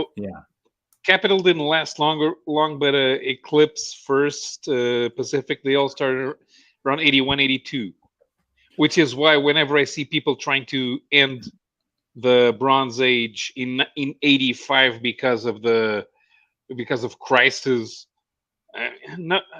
that's not what changed the comic landscape. It was the publishers coming out just to publish through the direct market. That's what changed the landscape. Yeah. Now it was possible to not have to go through a regular publisher would steal your work. You could simply go through one of those and they would publish it and you would have an audience. Nexus. Skin Graft Records did 7-inch EPs that came with comics. Oh, cool. Archie's darkened out on its own. I thought Archie was a soft porn. Incredible. There used to be a book series called Heroes in Hell. What was that book I bought? Nancy in Hell. I think I bought an issue of, which was once again, that was like a dark in hell book. That was fun too. It wasn't it wasn't an adventure comic. It was a gore and killing comic. Accept hell, accept quietly as your Lord and escape hell, accept quietly as your Lord and Savior. I feel like Bronze Age ended at different times in different comics. The problem is that's also true of the Silver Age and of the Golden Age. People try to say, okay, from this point on, everything is one thing and everything is the other. And of course, that's not true. Right. And also, I just recently saw something that said, reading something, it may have been in that According to Jack book, that said something like the Silver Age really started with Challengers of the Unknown. Yes, because Challengers had more. By the time the second Flash story came out, the Challengers already had their own book. Right. They appeared in Showcase. They had 2 stories, and then they had their own. The book was rushed to publication, and also after that the Flash had a second story. And So and the people reason, are sewing. yeah, People are and the sewing up reason on that the superheroes. Flash got his rebirth is because of the success of Challengers of the Unknown. Yes, all of a sudden something that looked adventurous, heroic, Right. outlandish, because that's what Jack Kirby was in the late 50s. What he introduced into comics, Right. outlandish heroics. Right. In a way that it was palatable. I mean, the Golden Age superheroes were outlandish, but more in the sense though, this isn't serious. Right. But when Kirby came back and started doing his own, if not superheroes yet, but science heroes. Right. I think it. Yeah, I think it's appropriate that Alan Moore in Tom Strong he calls the superheroes science heroes. The Bronze Age never ended. Yeah. Finally read It's Lonely at the Center of the Universe and loved it. I love the artist bio process slice stories. Okay, I understand you said it was repetitive early on, but I liked that bit. Oh, okay.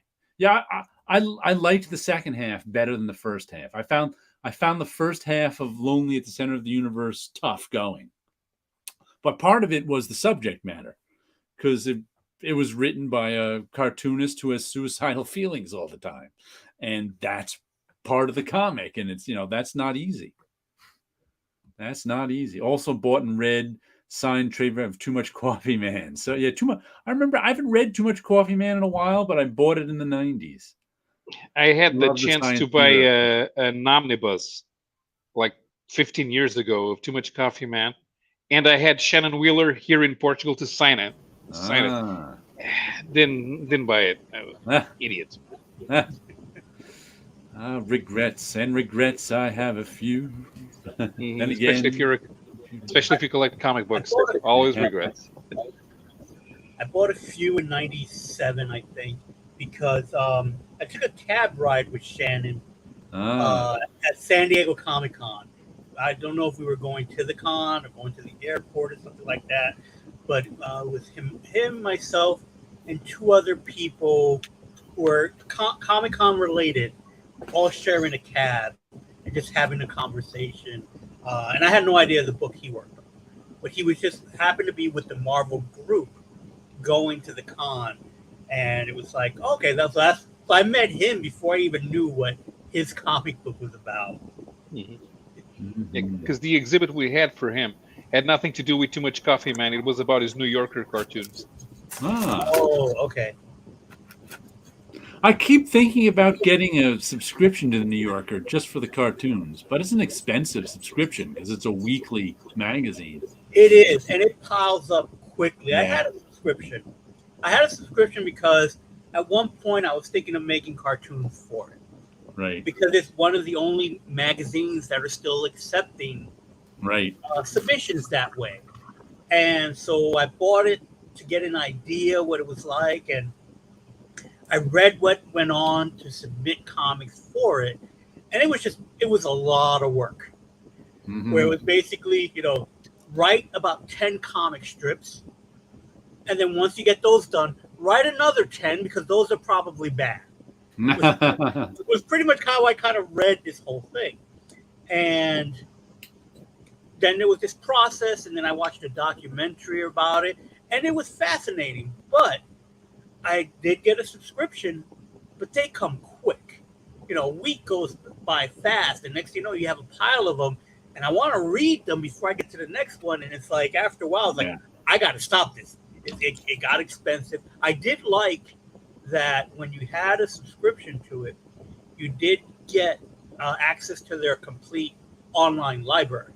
So you could read all the back issues you wanted. You could subscribe just to the digital version and get their online library too, if you don't want them sending it to you. We have. Don't mention the New Yorker, Sleepy will throw a fit. Oh, the New Yorker. I guess there's a New York. I do sometimes like their. That's all I want to read. Their cartoons. Yeah. I love the science hero tag. In this house, we believe in science heroes are real. Wonder what Shannon Wheeler is doing these days. I don't know. It wasn't. He still works on Too Much Coffee, man. Wasn't that syndicated at one point? I don't know. I know he still puts out. He still does stuff for the New Yorker because I see something every now and then from him, and he still works on Too Much Coffee, man. It's sad that an art form without many venues anymore. Yeah. My youth, even sci-fi mags had gag cartoons in them. Yeah. Not a lot of gag cartoons. No. Oh, by the way, there was a time where so many magazines had gag cartoons. I even bought a few comic strips over the years because they would show up in garage sales. He's just one guy in New York had stacks of cartoons from one of the magazines. When the magazine closed down, they just got the original art. Yeah, the original art. Yeah. I've got these days. I've got a couple of pieces that I got on eBay for fairly cheap of like old gag cartoons. Yeah, but that's the problem. It's not that nobody wants to buy gag cartoons anymore. It's that nobody wants to buy magazines anymore. So there we go. There we go. But Black Science, which I showed before, I'm about 8 issues into it, and so far it's been pretty good. But once again, there's the whole concept of this is that there's this kind of family, the science project, and the Black Science actually is that they invented the multiverse is sort of like an onion, they say, and they invented this machine that can go from layer to layer, so they can travel through to different worlds, with different dimensions. The problem is, and the gimmick is, that in the first issue, one of their team members sabotaged their machine that brings them through the different dimensions. So now they can't have it send them back home until they fix it. So they enter this world, there's a countdown, and at the end of the countdown, the machine moves to another random world. So they have to be they have to try to fix the machine in the time they have in whatever world they're in. They haven't found a world where they can fix it yet. But my idea of alternate universes, sort of thing, the multiverse, is that never gets done in comics because there's no story in it because it's so mundane.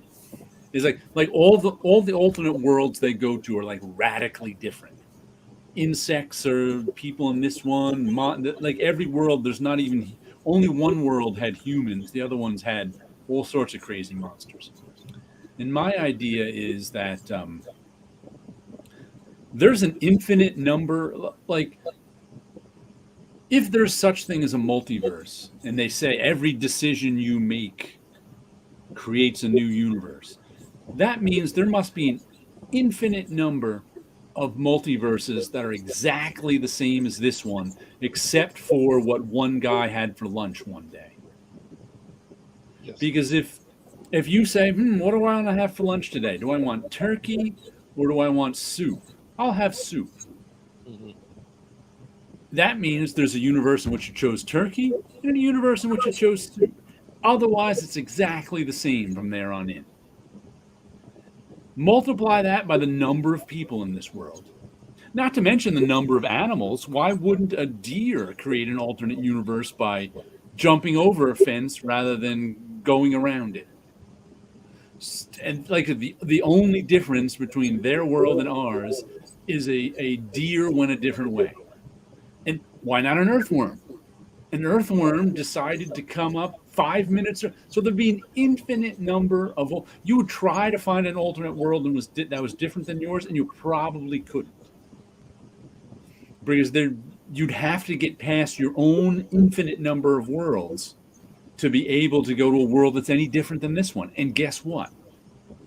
Infinite is infinite. You couldn't, even if you could travel dimensions, it would be just like this dimension. No difference whatsoever. And the moment you cross the dimension, you made a decision to go to that dimension. And how many? And does that mean every one of you moved over one and made whatever choices? No, that would just be every choice. Every choice branches off to however many things. So you would have to. There'd be a choice to. Well, if the dimension you're choosing was random, I imagine that would make an infinite number of. If like I said, if you were going to a random dimension, you're right. The choice isn't yours; it's the random machine that's making the choices somehow. So it would have to make an infinite number of choices. So that would create a second infinite number of dimensions. Yes. So that's just on top of itself. So I would guess, for the sake of for being sane in this insane universe, certain things will cancel each other out. And it's like, you're going to get to this point anyway, so these get cut out. That's right. You can't make a story with my idea where every place you go is exactly the same. Right. And it's like, what is that little change? It kind of reminds me of like with time travel. And if a person goes back in time and changes that one little thing, they always write it'll be just a huge change in the future. And I always thought, and it comes back from when like Xavier was murdered and it changed the whole Marvel universe, kind of a thing. And other people have wrote stories like that where one person will go back in time, kill one person, and the whole universe has changed altogether. I would always wonder if they could be one where you go back in time, change something, and nothing actually happens. Because in the scheme of things, who's really making changes to the world? Homer Simpson did that, and the only change was there were no donuts. That's a big deal. And then he leaves just as it starts to rain, and that's the donuts. I think that's the genius of that episode. I remember a Sliders episode where Hillary was president, and this was in the 90s. Yeah. I remember Sliders quite well. I enjoyed that show for a while. Yeah, that was fun. I bought the 2 New Yorker giant red books of comics encyclopedia at A to Z for $20 as a remainder. Wow. The thing is 400 pounds. Wow. George Price is an all-time favorite New Yorker cartoonist. I don't really know the New Yorker cartoonists that well. I know them through reading Seth stuff. Ironically, AFPC, my wife subscribes to the New Yorker. I have to be upset every week and then look at the cartoons. For me, the multiverse is more of a Taurus. I recommend addressing that with a marriage counselor. That's just New Yorker cartoons. I'll add it to the list. I want to go to the soup universe. No soup for you. Maybe we're in the soup universe. Could be the sandwich universe. I'm not sure. Defies conservation of energy. Yeah. Is there a universe where I give a fuck? I'd say that's maybe the universes merge back together. I mean, if nothing else changes. Why would they merge back together? Because the wave doesn't spread, so it goes back.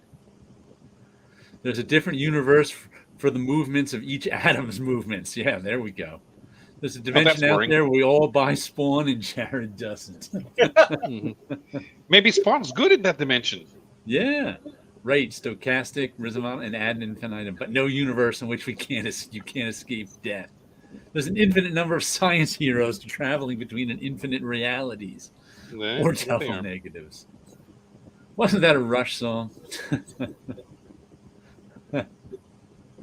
You can choose not to make the choice, You still have made a choice. Oh no, we got to make another universe for that.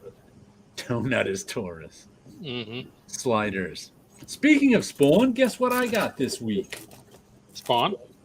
The new issue of Spawn. Dun, dun, dun. Yay! What happens in it? Don't know, but that cover tells you it's going to be important. Still only $2.99. They have a giant Spawn, but there was a really good double-page spread in here, talking about, we go from. He's talking about all this nice page turn, where he's talking about all the monsters that have been let loose in hell. We turn the page. We get this fun double-page spread of a bunch of monsters. Like I said, this page hits a lot harder in a comic book than it does in that big. Because I open it, I can. There's no gutter loss. I can see the whole thing. The whole thing hits me as one image. So that's one of the reasons I still like the individual issues, is because and that was a good giant monster battle in Spawn. Fun stuff this issue. Rory McConville, Carlos Barberi, J. David Ramos, cousin to Wilson, Tom Orzechowski. But good issue of Spawn, I have to say. Spawn, the only comic book worth reading. A new Rob Liefeld Deadpool miniseries started coming out this week, I think, as well. Yeah. And it's the only one that actually looks like an X-book. X-books don't look like the X-books you remember. No, only Rob Liefeld's Deadpool looks like an X-book. There are I wonder how many people who read the X-Men now think that like Rob Liefeld's book looks like an old X-book or something like that. Oh, this looks old. I mean, how many people reading the X-Men were not around in the 90s? Probably quite a few more than we'd like to think. Yeah. But then again, Liefeld's art does not look like 90s Liefeld's art. It didn't evolve much technically, but I think he figured out some tricks to save time. Let's just say the X-Men sells 100,000 copies. Right. What percentage of that do you think have been buying the book since the 90s? 10%? 80%? 20? No, not 80. Not 80. Yeah, I don't think 80 either. I was just trying to. 80% of the people who were here in the 90s aren't here anymore. The fact that we are, right? It's part of the crazy multiverse where we are omnipresent. We are the Watchers. Yeah, I think there are more people complaining about X-books who don't read them, of course. Right.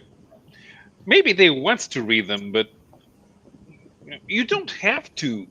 It's something that kind of annoys me about the environment. The environment of comics is that some people don't seem to know what to do if Marvel and DC aren't making comics they like.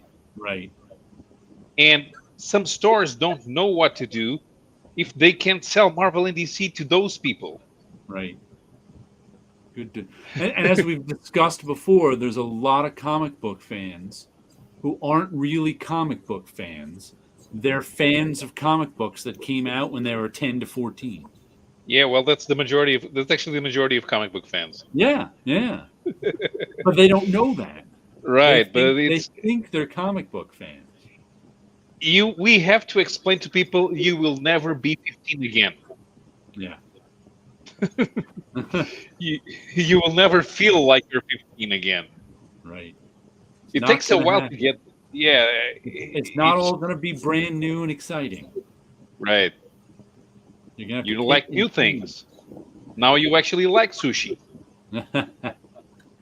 So maybe you should try the sushi of comics. It's still nostalgia. Still sells. There's a reason why I picked this up. This is Extreme Venomverse. Again, I'm just I've been buying books. haven't been reading them. I read this one. I enjoyed this one for not being what I expected. Right. But you see, you enjoyed that experience. Yes, not everybody does. Exactly. Because I open it up, so it flashbacks to a time that I remember reading the story, and in the middle of the story, it completely changes. And this is not anything I expected. I bought it just because it was Venom, it was the cover. But one, I was surprised they're even attempting. Well, no, I'm not surprised that Marvel's attempting anything. He's a popular character. Spider-Man is doing his multiverse stuff. Venom is now doing his multiverse stuff. So the crux of the story is somebody's going around killing Venom from various universes. So now a bunch of Venoms got to team up. Characters I've never read before, have no idea who they are. There's a familiarity with it because they're all kind of connected to Eddie Brock in one way or the other. But it was quite surprising that it wasn't what I expected. Right. One, Spider-Man's doing his multiverse stuff. Now Venom's doing it. Not too surprising with that. I don't know if this is going to eventually make a Venom family, because everyone's getting families these days. Yeah, Venom has a family. There's a lot of Venoms out there. So there's a lot of those. And to me, it's like, in one aspect, a little surprising, because it's a character who traditionally is a villain, but a villain gets so popular, he becomes the hero of his book. I've seen it enough times that you kind of get used to it, where I found that they took interesting takes on the various people who become Venom. So to me, that was nostalgia enough to get me to buy the book, and interested in the character of what they're going to do, and yet introduce the regular 616 Venom. So they don't even tell you where it started. It's just you kind of get pushed into the middle of it, and I found it to be entertaining because of that. And again, I tend to run into the problem of I like everything that I read the moment I read it. I have to sit there and digest it for a while and go, did I really like that or not? Or, do I find out on the internet whether or not I really like it? That's why I read things twice, too, before I put them away. Exactly. So that's why the I'm like... second read is different than the first one, too. Right, because there's the first time you're reading it through, there's the whole, you don't know what's going on at all.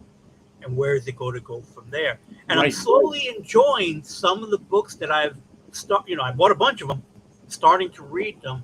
And I am surprised how I'm enjoying some of them, because I was kind of worried because I've been so far away from it for so long. And every now and then I dip in, or I listen to somebody's YouTube channel that they'll go over a series. But that's kind of clouded by that person's take on it as well. So sometimes I'll see something and read it myself and go, oh, I actually enjoyed this more than I thought I would. And so far, I did enjoy this. I haven't got to the other two issues that I have. And then I'll read them again before the fourth issue, just to really see if I enjoyed as much. Then, and as you mentioned before about the X-Men books, they're in the middle of something going on. So I'm kind of waiting till that ends before I jump on to see what's going on with the X-Men. Yes, but you're perfectly happy that they're not what you expected them to be. There's a lot of fans who get angry when it's not what they expect to be. There's the problem with that. They're the ones who want it to be the comic that was when they were 10 to 14. Right, but I think maybe because I was in it long enough, that I saw cycles happen to where it's like, I know where this is going to go. Whether or not it's the same creator revisiting a character or someone else writing their own fanfic. You just plain don't expect the comics to be exactly the same as when you were 15. That's all it comes to. And a lot of people do. I once I accepted that, I think I enjoy it more because of it. A lot of people don't accept it. A lot of comics fans, I'll put that in quotes, never accept that. You know what? they'll go on and on about how comics today suck and they're not as good as they were when they were 15 or 10 to 15. I think I had to learn that also because of Yeah, the animated stuff were never. Every right, time it went to a different medium, it just changed so much. It's like I'm not going to get what I want. right, Even with the Marvel movies, I enjoyed what I got, and it probably helped because I knew what the Marvel movies were like in the '70s, and right. I got what I got on television because that's all we can get. I had to accept it. I enjoyed the Spider-Man TV show because that's all I was going to get. Right. But I, I, I was I also find I find it funny because I'm kind of the same way too, because I never liked any of all the all the cartoons and TV. They're all just kind of mediocre. But then there was that generation of people who came in around the '90s who were like introduced to the X-Men by the X-Men cartoon. And I see occasionally, and I'm like, wow. I mean, the cartoon actually got you because it's like even reading the comics, I wouldn't watch the cartoon because, like you said, it's nowhere near as good. But these are people who like loved the cartoon, so they started reading the comics. I'm like, what? I'm like, your gateway was actually the cartoons? Wow, I didn't know that was a thing. But they were, 8 years old when the X-Men cartoon was coming out, so they loved it. yeah. Let's see. I think. Oh, hold on. No, we'll start up here. I feel Jared's Spawn purchases are balanced out by his Frazetta buys, keeping the multiverse of comic prices in balance. Yes. Those $5 Frazetta comics, which have been pretty good. Oh, Rob, you incorrigible. Yeah, he is incorrigible. It's Deadpool featuring Cable and Wolverine again. Wilson, did you see Spider-Man Multiverse yet? I have not seen it yet. I plan to go on, I believe, Tuesday is when I'm scheduled to go with my sister.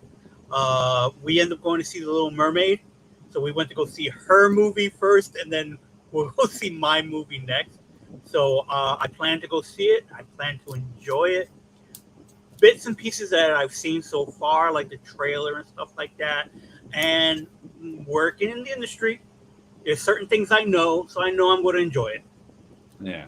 Everybody liked the first one, and they say the second one's even better. I think most Marvel readers have left and come back perhaps several times. Could be. I don't know. Yeah, I don't know how often they come. Like that, I wonder what that percentage. I wonder what the percentage of current X-Men readers were around in the '90s. My friend Rob is one of them, so I know he's the only one I know out of all my friends who read comics in the '90s. It's weird talking to guys who were in 1982, trying to make them understand that McFarlane and Jim Lee don't have the same meaning to me. Yeah. Well, yeah. I think a lot of people quit comics and we never hear about it. More, and it happens more than we realize. There's more renewal than we like to think of. The idea that we're all middle-aged people trying to hold on to our youth, it's exaggerated. Right. It's not like just you take YouTubers for example. Like remember when I was saying last week or the week before that I realized that like almost all the YouTubers who were around when I started don't make pull lists hauls any. Even Sleepy doesn't make as many as he used to, but he's still around. But I was like, I may have the most pull list hauls currently just because everybody else isn't making. The only one I can think of is Don the Comic Book Junkie, who was around when I started, who is still making pull list hauls. So it's like all those people, and I remember just on YouTube you can see people drop out from collecting comics. Matter of fact, there have been people on YouTube who, I was watching 10 years ago who disappeared. I didn't even notice because whoever shows up on my subscription list shows up, who disappear and then come back 2 or 3 years later saying, hey, I'm back I'm like, oh, look, so and so is back. And then they disappear again, and then some people even came back like twice. It's been so long. So just by the amount of people like showing off comics on YouTube, there's a lot of churn and turnover. So I imagine out there in the regular comic book buying world, there's a lot more. That's like I keep. I pointed out before that in the 90s when Marvel actually paid at some time in the mid 90s to see how many people bought comics, and they found out 60% of their comics fans bought like 4 comics a year or something like that. And they were just stunned because we always think of someone going to the shop every month and getting their comics, and half of the people never did. They just picked up a comic whenever they felt like it. Yeah, it was kind of crazy. Which is why doing multi-part storylines is the worst thing that you can do. Venom is so cool. Feelings mutual, Sleepy. Jim Lee and McFarlane are meaning. They eclipsed meaning itself. Meh. I expect everything I enjoyed at 15 to stay culturally relevant and affecting forever. Hey, Hathaway's What Is Love is still the best music ever. To stay a comics fan, you have to find new waves of creators to excite you. If not, you're forever disappointed. Exactly. Most of my comic book fan friends are forever disappointed. I'm like, when I hear people say, I always say, there are more good new comics out right now than ever before. I can't even keep track of them. And I don't even buy Marvel and DC. So it's like, that's how many good comics there are out. You wouldn't have it standing on your lawn, would you, Sleepy? I guess these guys often don't reread the books they loved when they're 15. Yep. If they do, they reread them through 15-year-old eyes. Stay comfortable. You also have to desire infantile. Now, maybe to stay a Marvel or DC fan, but there are plenty of adult stuff out there to buy. Probably never read them to begin with, just looked at the pictures. Literacy will prevail. Jared's disciplined routine is turning legendary. But it just works for me, and it helps. Like Wilson says, it helps you judge the comic better when you read them twice. And and I get to read them twice, and it keeps my I get to read enough. Listen, the first time first time through, I'm often distracted by the plot. Like Wilson said, what's going to happen next? Then the second time through, you already know what's going to happen, so you can pay attention to the details and some of the storytelling, and take a moment to look at the artwork and other things that are going on. That's why I like reading it. Often the second time through is a complete, especially with a lot of the modern storytelling techniques, where often, like especially with first issues, where they have like an event at the end of the issue that changes your whole perception of what happened in the beginning story, part of the story. Like, what was that? No One that I mentioned before. In the first issue, there were scenes that didn't make sense until you found out this one character was the son of this other character. Otherwise, the scene was just kind of babble. It didn't really make sense. Then, like the second time through, after you know that, it imbues the scene with meaning. You're like, oh, he's talking about his son. That's what's going on. But the first time through, you don't know that, which is how things are written sometimes these days. So that's another reason I like reading them twice. My 50-year-old neighbor picks up graphic novel or 2 a year. Yeah. So a regular comics fan. Yes. Or as they say in France, a normal person. I hate to break it to you, but comics are for kids. Hey, kids, comics. Only in America, comics are for kids. And yet, AFPC, here you are. But, of course, because comics are for kids only in America, that is the theme of my read, Rip and Slab. You have one for us? Oh, yes. All right, bring it up. Hey, kids, comics. There we go. Is. Comics, French comics that were made for kids when they came out, and only people who are now in their 50s remember them. Luc Orient. Yes, I have chosen comics written by Belgian cartoonist Greg. The first one is drawn by Luc Orient, is drawn by Eddie Papp. The second one, Achille Talon, is written and drawn by Greg. And the third one was created by Tibet, but since Tibet didn't want to write it, he hired Greg to write it for him. after a few volumes. Le Corrien is science fiction. Achille Talon is pure humor, and Chick Bill is humorous, a humorous western. This doesn't look like a western cover, but I chose this one. It's funny that elephant one looks light at first, but it's dark. Yeah. That elephant's stepping on that guy's head. I know it's a circus act, but that's a little scary. The elephant's colors kind of remind me of the Joker. That makes it a little scarier. Yeah. I think I would read the middle one. You said that's humor. Yeah. So I'm going to assume that I could basically be able to read the humor and the artwork, since I'm not reading the language. You can use Google Translate and take a photo of it, and I discovered that if you aim Google Translate on your iPad at the page, it'll translate everything in the word balloons. I kind of forget it does that. I've tried it on one of my books recently, and it was like, hey, it does work. I'm going to still pick to read the middle one. The artwork on the first one, because I'm not trying to say any of these things, the artwork on the first one, I really like that one. I think I would slab that one because of it. And rip the elephant one because it just looks like a clown elephant, and I didn't know I had a phobia of that until just now. So I think that's what I would do. And as far as dolphins are concerned, I think I would have the dolphin replace the dragon in the back because he kind of gives me this Batman feel to it. And I think the dolphin would look good like that. Mm-hmm. I'm going to read the Chick Bill with the elephant.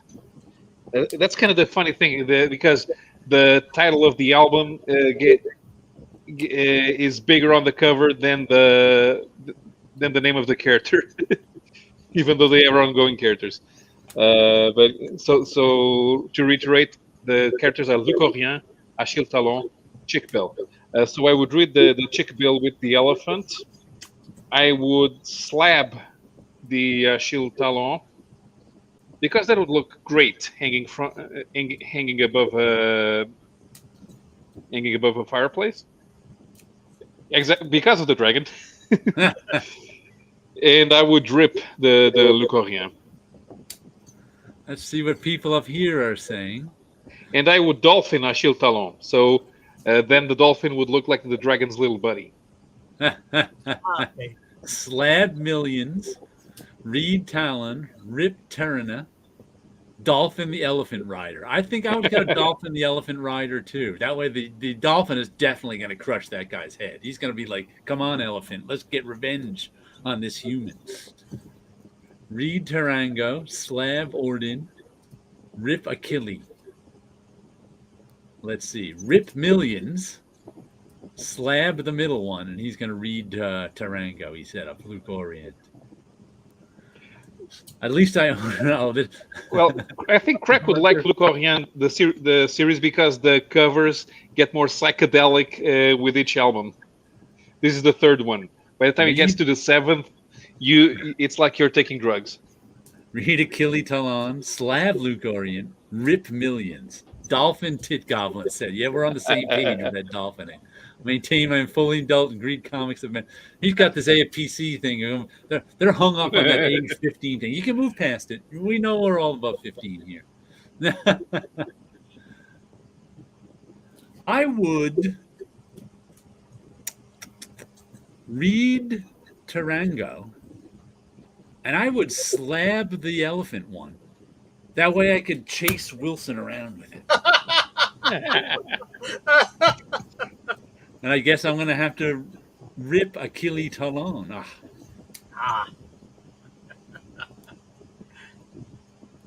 That's a nice. I like that dragon cover. I think, yes. No one put a dolphin in that Tarango one. I guess you could look good with the cape. You could replace the villain with You could replace the missile flying at that guy with a dolphin flying at him. And since the missile's got a pointy tip, you can put like a swordfish The dolphin is wearing a swordfish mask with a sword flying at that guy in the back. We're going to need an all dolphin cover one of these days. Nice, Paulo. I'll keep a lookout for it. Yeah, those are all nice covers, that's for sure. Yeah, definitely. That elephant one got darker the more I looked at it. Yeah, the more you look at it, you realize how dark that one is. Achille Talon has a bong on the cover. No. Bongs were forbidden on comic books in France because the French also had a comics code. If there was a bong on the cover, you'd have to replace it with what? A dolphin. A dolphin.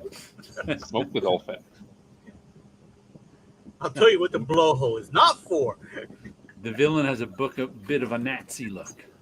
Mm-hmm. Is it Nazi Smasher? Nazi Smasher. Another comic I got this week. Bottom left corner on a green one. Oh, very cool, Paulo. Yeah. Love Everlasting. The artwork continues to be terrific.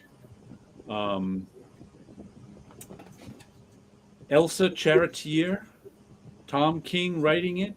And this is the one with the woman who's stuck in a romance comic. When does it end? What was that? When does the I don't know. comic end?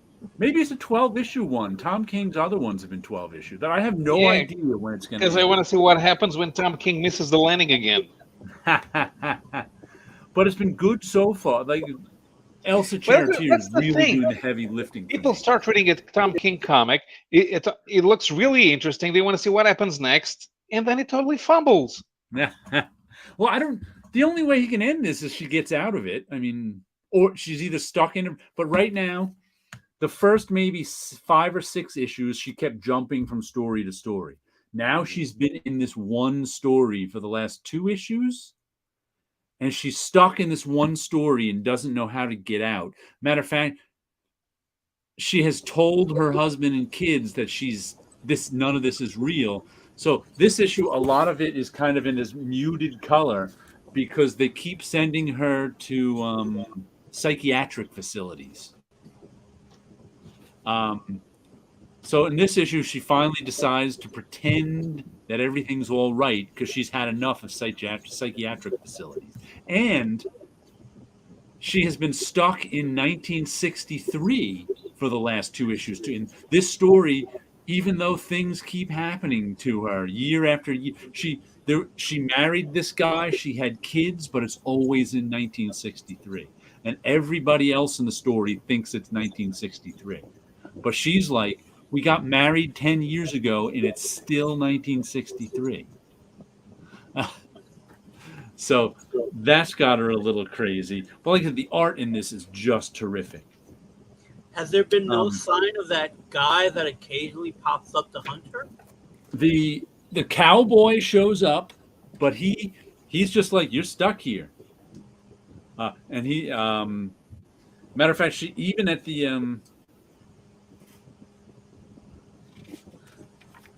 end here, he shows up, and I think she actually tries to commit suicide at one point. The cowboy's like, Joan, you don't want to do this. So as she's attempting suicide near the end, the cowboy's talking her out of it. So we don't know if the cowboy is a manifestation of her subconscious or not, because he kind of implies that he is at one time or another, but we don't know. But so far, like the artwork the story's fine. I've been enjoying it. But Elsa Charretier's artwork is just terrific in this. She's, got this Bruce Timm type style, and she's just an excellent storyteller. I don't know if he'll stick the landing, but the ride's been good.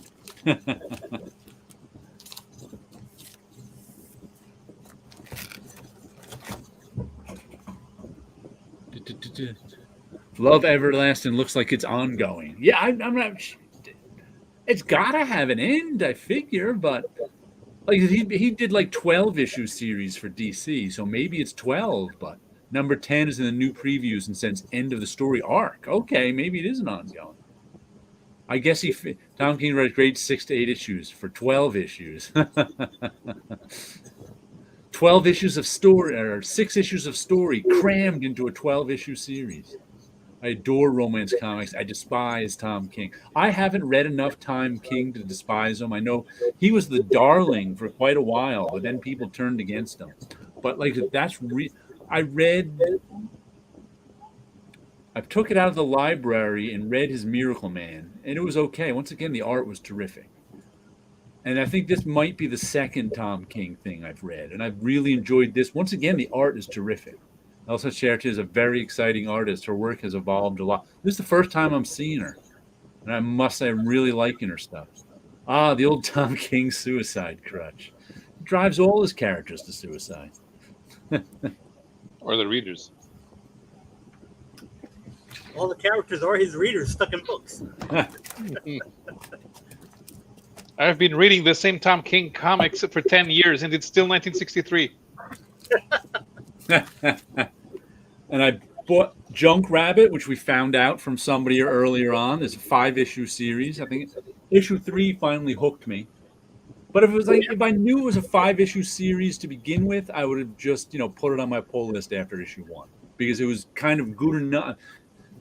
I've said before, things hardly ever drop off my pull list. That's why I'm hesitant to put things on sometimes. But this issue explained a bunch of stuff, gave us a bunch of backstory, has some really good art. I love the visual. She showed up before.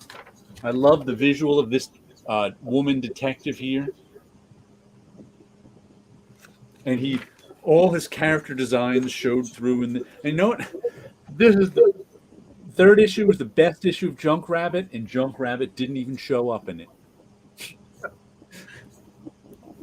But the art in it was just terrific. Just terrific. Good stuff. I guess it would be post-apocalyptic, except it was a really slow, long, steady. And they had a good description of the of the apocalypse, I guess you'd call it. He said 50 years ago it was called the Great Divide. That's, I guess, the apocalypse. That's when the walls went up. There wasn't one thing. It was simply a storm of couldn'ts. Couldn't stop the hyper-consumerism that the global markets depended on. Couldn't fix the climate. Couldn't stop the politics and trash. Couldn't get foreign countries to accept our waste and trash. Couldn't stop the fall of the dollar or the demise of the IMF World Bank. Couldn't save a planet too far gone. But the one thing could be saved, humanity itself. So it was like that. It wasn't really apocalypse. It's more of a slow slide into a much less sustainable world where the Great Divide happened when there was people who lived in the domes and people who lived outside of the domes. So that was good stuff. Who does Junk Rabbit? It's Jimmy Robinson. Jimmy Robinson's Junk Rabbit, right? Where did that just go? Yeah. Jimmy Robinson's Junk Rabbit. I really don't know who Jimmy Robinson is. I read one other comic of his that I liked okay. And that was probably 5 years ago. I forget what comic it even was. So I'm not even sure who Jimmy Robinson is that he puts his own name on the covers, but I guess he's somebody. Hey, Gore. Hey, CK. Hey, Gus. More log lines. You never missed the European comics. Romance. Facts. Blue pills. Cringe. Oh, and also, this was mentioned before, new issue of Death Dealer out. The $5 Death Dealer to offset my $3 Spawn. Good. If you like Barbarian comics, this is a pretty darn good comic. Who did this issue? Plot Denton J. Tipton. That sounds like a made-up name of, hey, I'm Denton J. Tipton. How do you do, sir? Script, Mark McCann. Art, Axel Medellin. Colors, Luis Antonio Delgado. Letters, Jacob Bascle. Bascle. Not sure how to pronounce that. And good Barbarian comic. Like in this issue, last issue, he was fighting this. There's this army of demons coming after him that he had. That they crushed the city he was in. Now he's off running. Death Dealer keeps going to look for friends who have armies to help them. And the armies of demons keep crushing the armies. And he's like, As a matter of fact, the guy he runs to this time is like, you've doomed us all, haven't you? We can't take out all these demons. And he's like, there's new characters are always introduced, sorcerers. This issue, we get a character who was given a sword by the gods that can call lightning down. He was fun. Of course, things didn't go well for him. But if you like good sword and sorcery, Death Dealer is pretty good sword and sorcery. No doubt. Speaking of romance, I've been reading Michael Straczynski's Spider-Man run. Apparently, Norman Osborn seduced Gwen Stacy and got her pregnant with twins. No. You're mad at stuff that people were mad at 20 years ago. It didn't happen. Did they read my LCS owner counted the fake time that happens in comics and found out it was impossible. Sounds right up your alley, Core. Yikes. I remember when that happened and people were angry about it. That was like 2006, 2005. I can't remember. But yeah, that got everybody angry. Yeah. But they are actually already retconned it out, 5 years ago? 10? Yeah, I don't know. It was a plot by Harry Osborn coming back from the dead, because Norman Osborn had come back from the dead. And well, people coming back from the dead. I remember when that happened. And here's the last thing I got this week is my weird thing of the week that I didn't know was what it is. And that's I've got Fantagraphics Best of 2022. That cover's nice. It's got that paper, that like coated paper that feels really smooth and nice. But it was $12. And I thought they used to put out, 25 years ago, their best of and like trade paperback collections. I thought that they're bringing that back. This is actually, they give you their 10 best comics of the year, but then it's like interviews and critiques of the 10 best comics. So it's not actual comics, it's reading about comics. It's a magazine. There's a few pages of actual comics. But they always pick weird stuff too. Of their 10 best comics of the year, let's see. I've heard of one of them.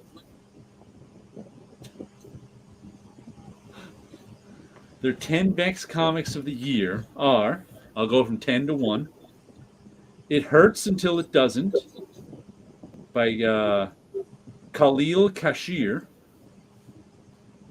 published by Diskette. Hypermot 1 through 4 by Max Huffman, self-published.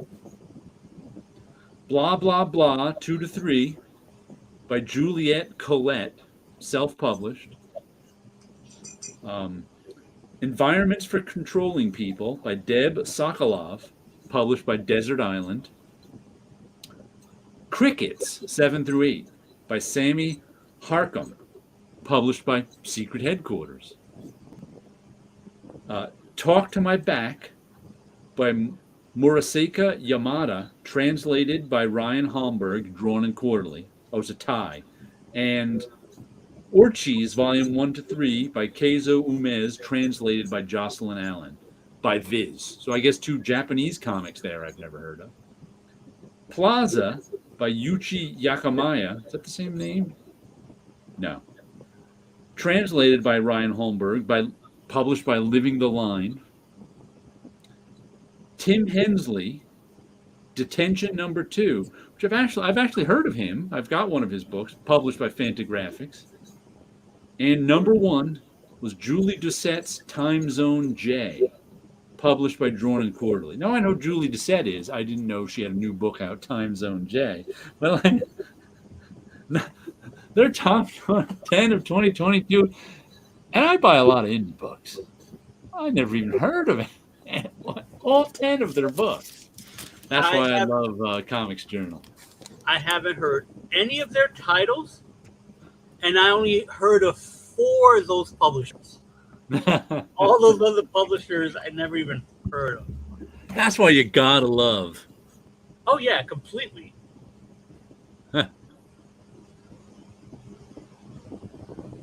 My Gwen is pure as the driven snow.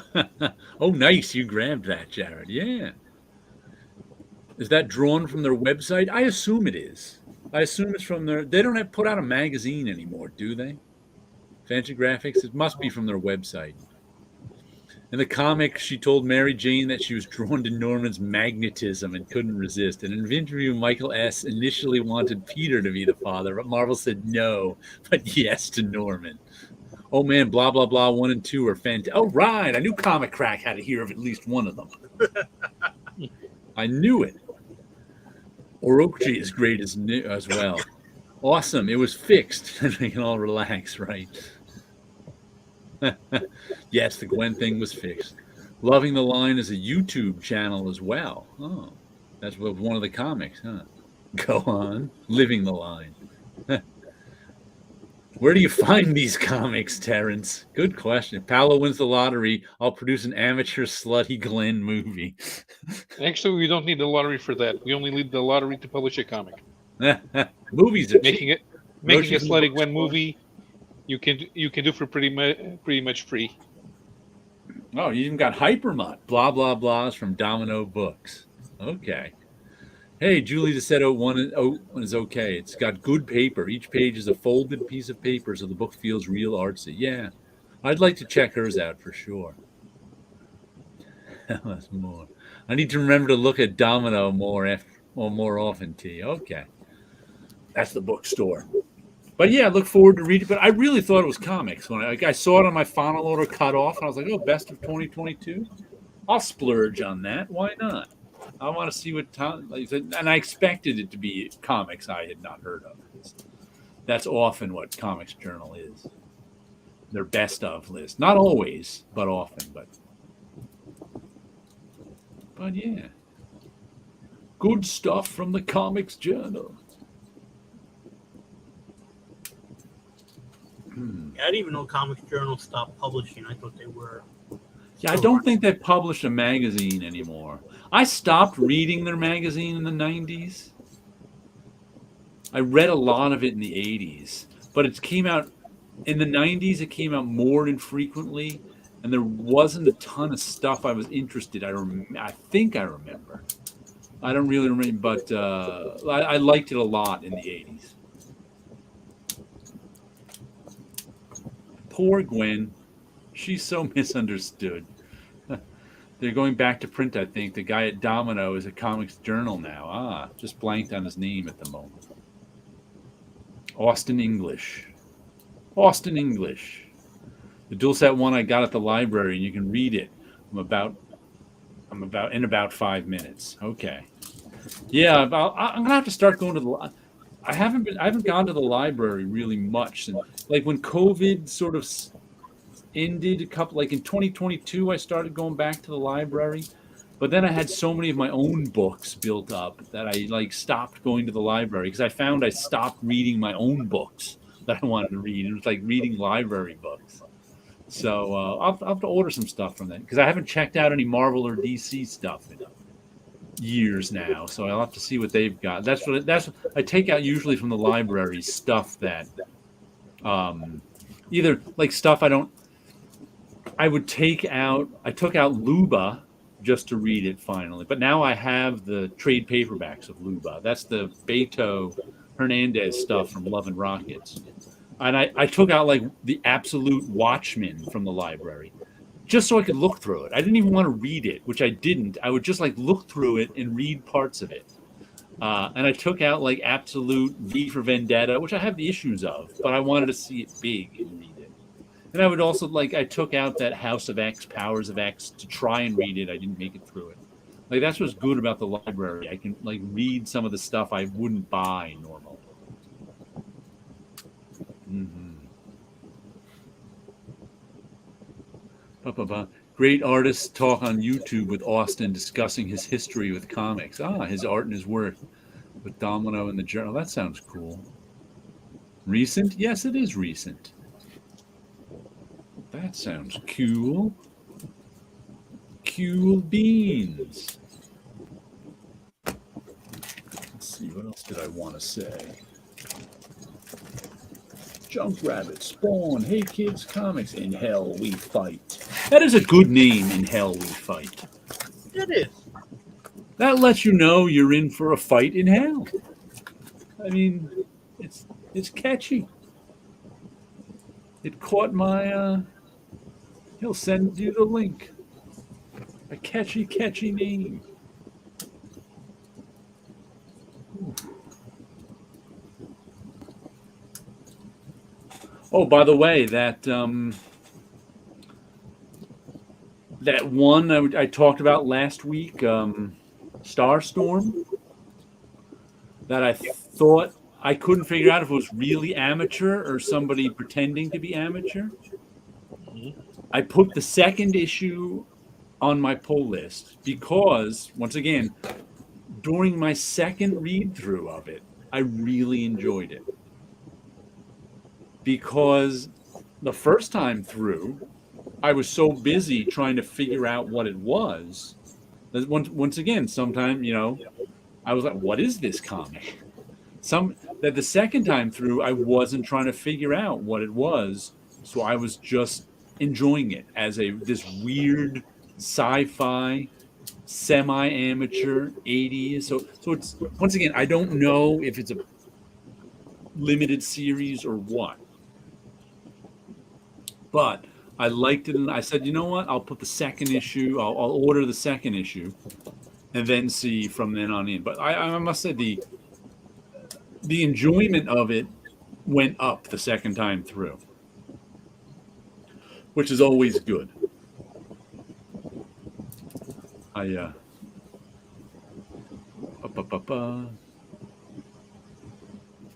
I'll send you a link. I can't recall the residency's name, and we say that in work all the time. Just found his channel. Nice. I think I found the video you're talking about. Just posted a month ago. Okay, an interview with Oh, the book that I was talking about is Starstorm by Wes Craig's brother, Ryan Craig. And like I said, I can't. Especially that page that had a double page spread split up. I just can't believe that can happen by accident. To not get a double page spread on 2 consecutive pages, I can't believe that would happen by accident. Facts. So, yeah. Well, we seem to be winding down here. So, anybody have any last comments they want to make? No, I was just going to ask. You said that the next issue. Did you see the cover of the next issue? I did not see the cover to it. At least I didn't look. I don't know if they had it or not. They may have had it. I was just curious if that will also look a bit Eric Larson as well. That's a good question. I'm going to have to go see if I can find it, because that first cover I definitely thought was Eric Larson. Yeah, that was my first reaction. Was that has to be something that is either inspired or it was done by Eric. Yeah. Jared bought 4 D&D dice for sculpture I'm doing and thought your D&D dice color theory exercises. Yeah.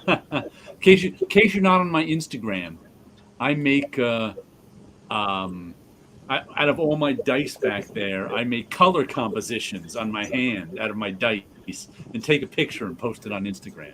Just constant, like every day or two. I've done hundreds and hundreds of them.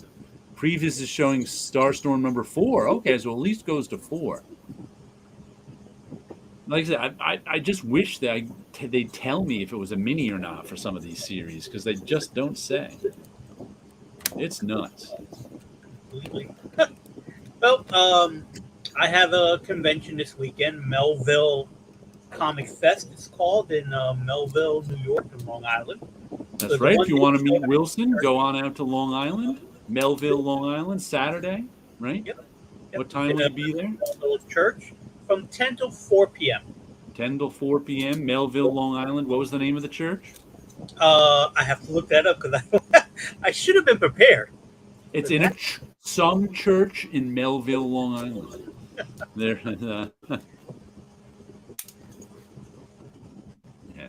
12-sided die sculptures. I'm listening. Yeah, we'll see what he's doing.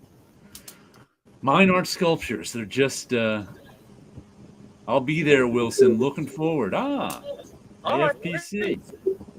Definitely stop by. Stop by and say hello. There's the website, and it's the Bridge Church. The Bridge Church in Melville, Long Island. If I'm saying that correct, it might be Melvern. Melvern, Mel something? Melvern, Long Island? Yes. And the Bridge Church in Melvern, Long Island. What stop is it on the LIRR? No idea. It doesn't tell you on the webpage how to get there? Looking it up now. I guess they don't expect people from the city to be coming. It's not big enough. I'm putting into the private chat the site and the address. And Let's I don't see. see it say where. 1 Norwood Avenue, Malvern. Malvern. Okay. 11-5. 20 minutes away from Queens. Oh, and it's right outside the train station. So you're taking a car ride, but it's right outside the train station. What train station is it? The Malvern train station. Oh, there's a Melvern train station. Oh, then Yes. anybody who wants to go from NYC is good to go. 20 minutes away from Queens. I put more of that information into the private chat. Ah. Why didn't you put it in the regular chat? Can you? I You don't can't. believe I can. You can't. You have to be the unless you're made a moderator. I got kicked out. Yeah. Let's We're see. not moderators, so we can't. Okay. put I'll have to comments. make you guys moderators. Yeah. I never even thought of that before. There we go. The Malvern Comic Fest. Let me put the address in. See if it. It's when I switched between comments, it kicked me out. It doesn't. Spell check doesn't think Malvern is a real word. Let's put the link in. This is where you can find Wilson tomorrow. Come take place at the Bridge Church, nestled in the heart of the village. Malvern is only 20 minutes away from Queens and has its own, very own LIRR station across the street from the venue. Oh, that's easy to get to. This is the second year they're doing it. We had a lot of fun last year. It's like I said, it's in a church. It's like in a almost like a I guess it's because they had a stage, so it's an area where they have a stage, and it was fun. I had a lot of fun there last year, so we're looking forward to it again this year. AFPC will just drive. He's heading out to Montauk. Anyway, ooh, Montauk, fancy. Isn't that where all the fancy people go? I don't know. Google Maps is telling me I can get there in 24.5 hours.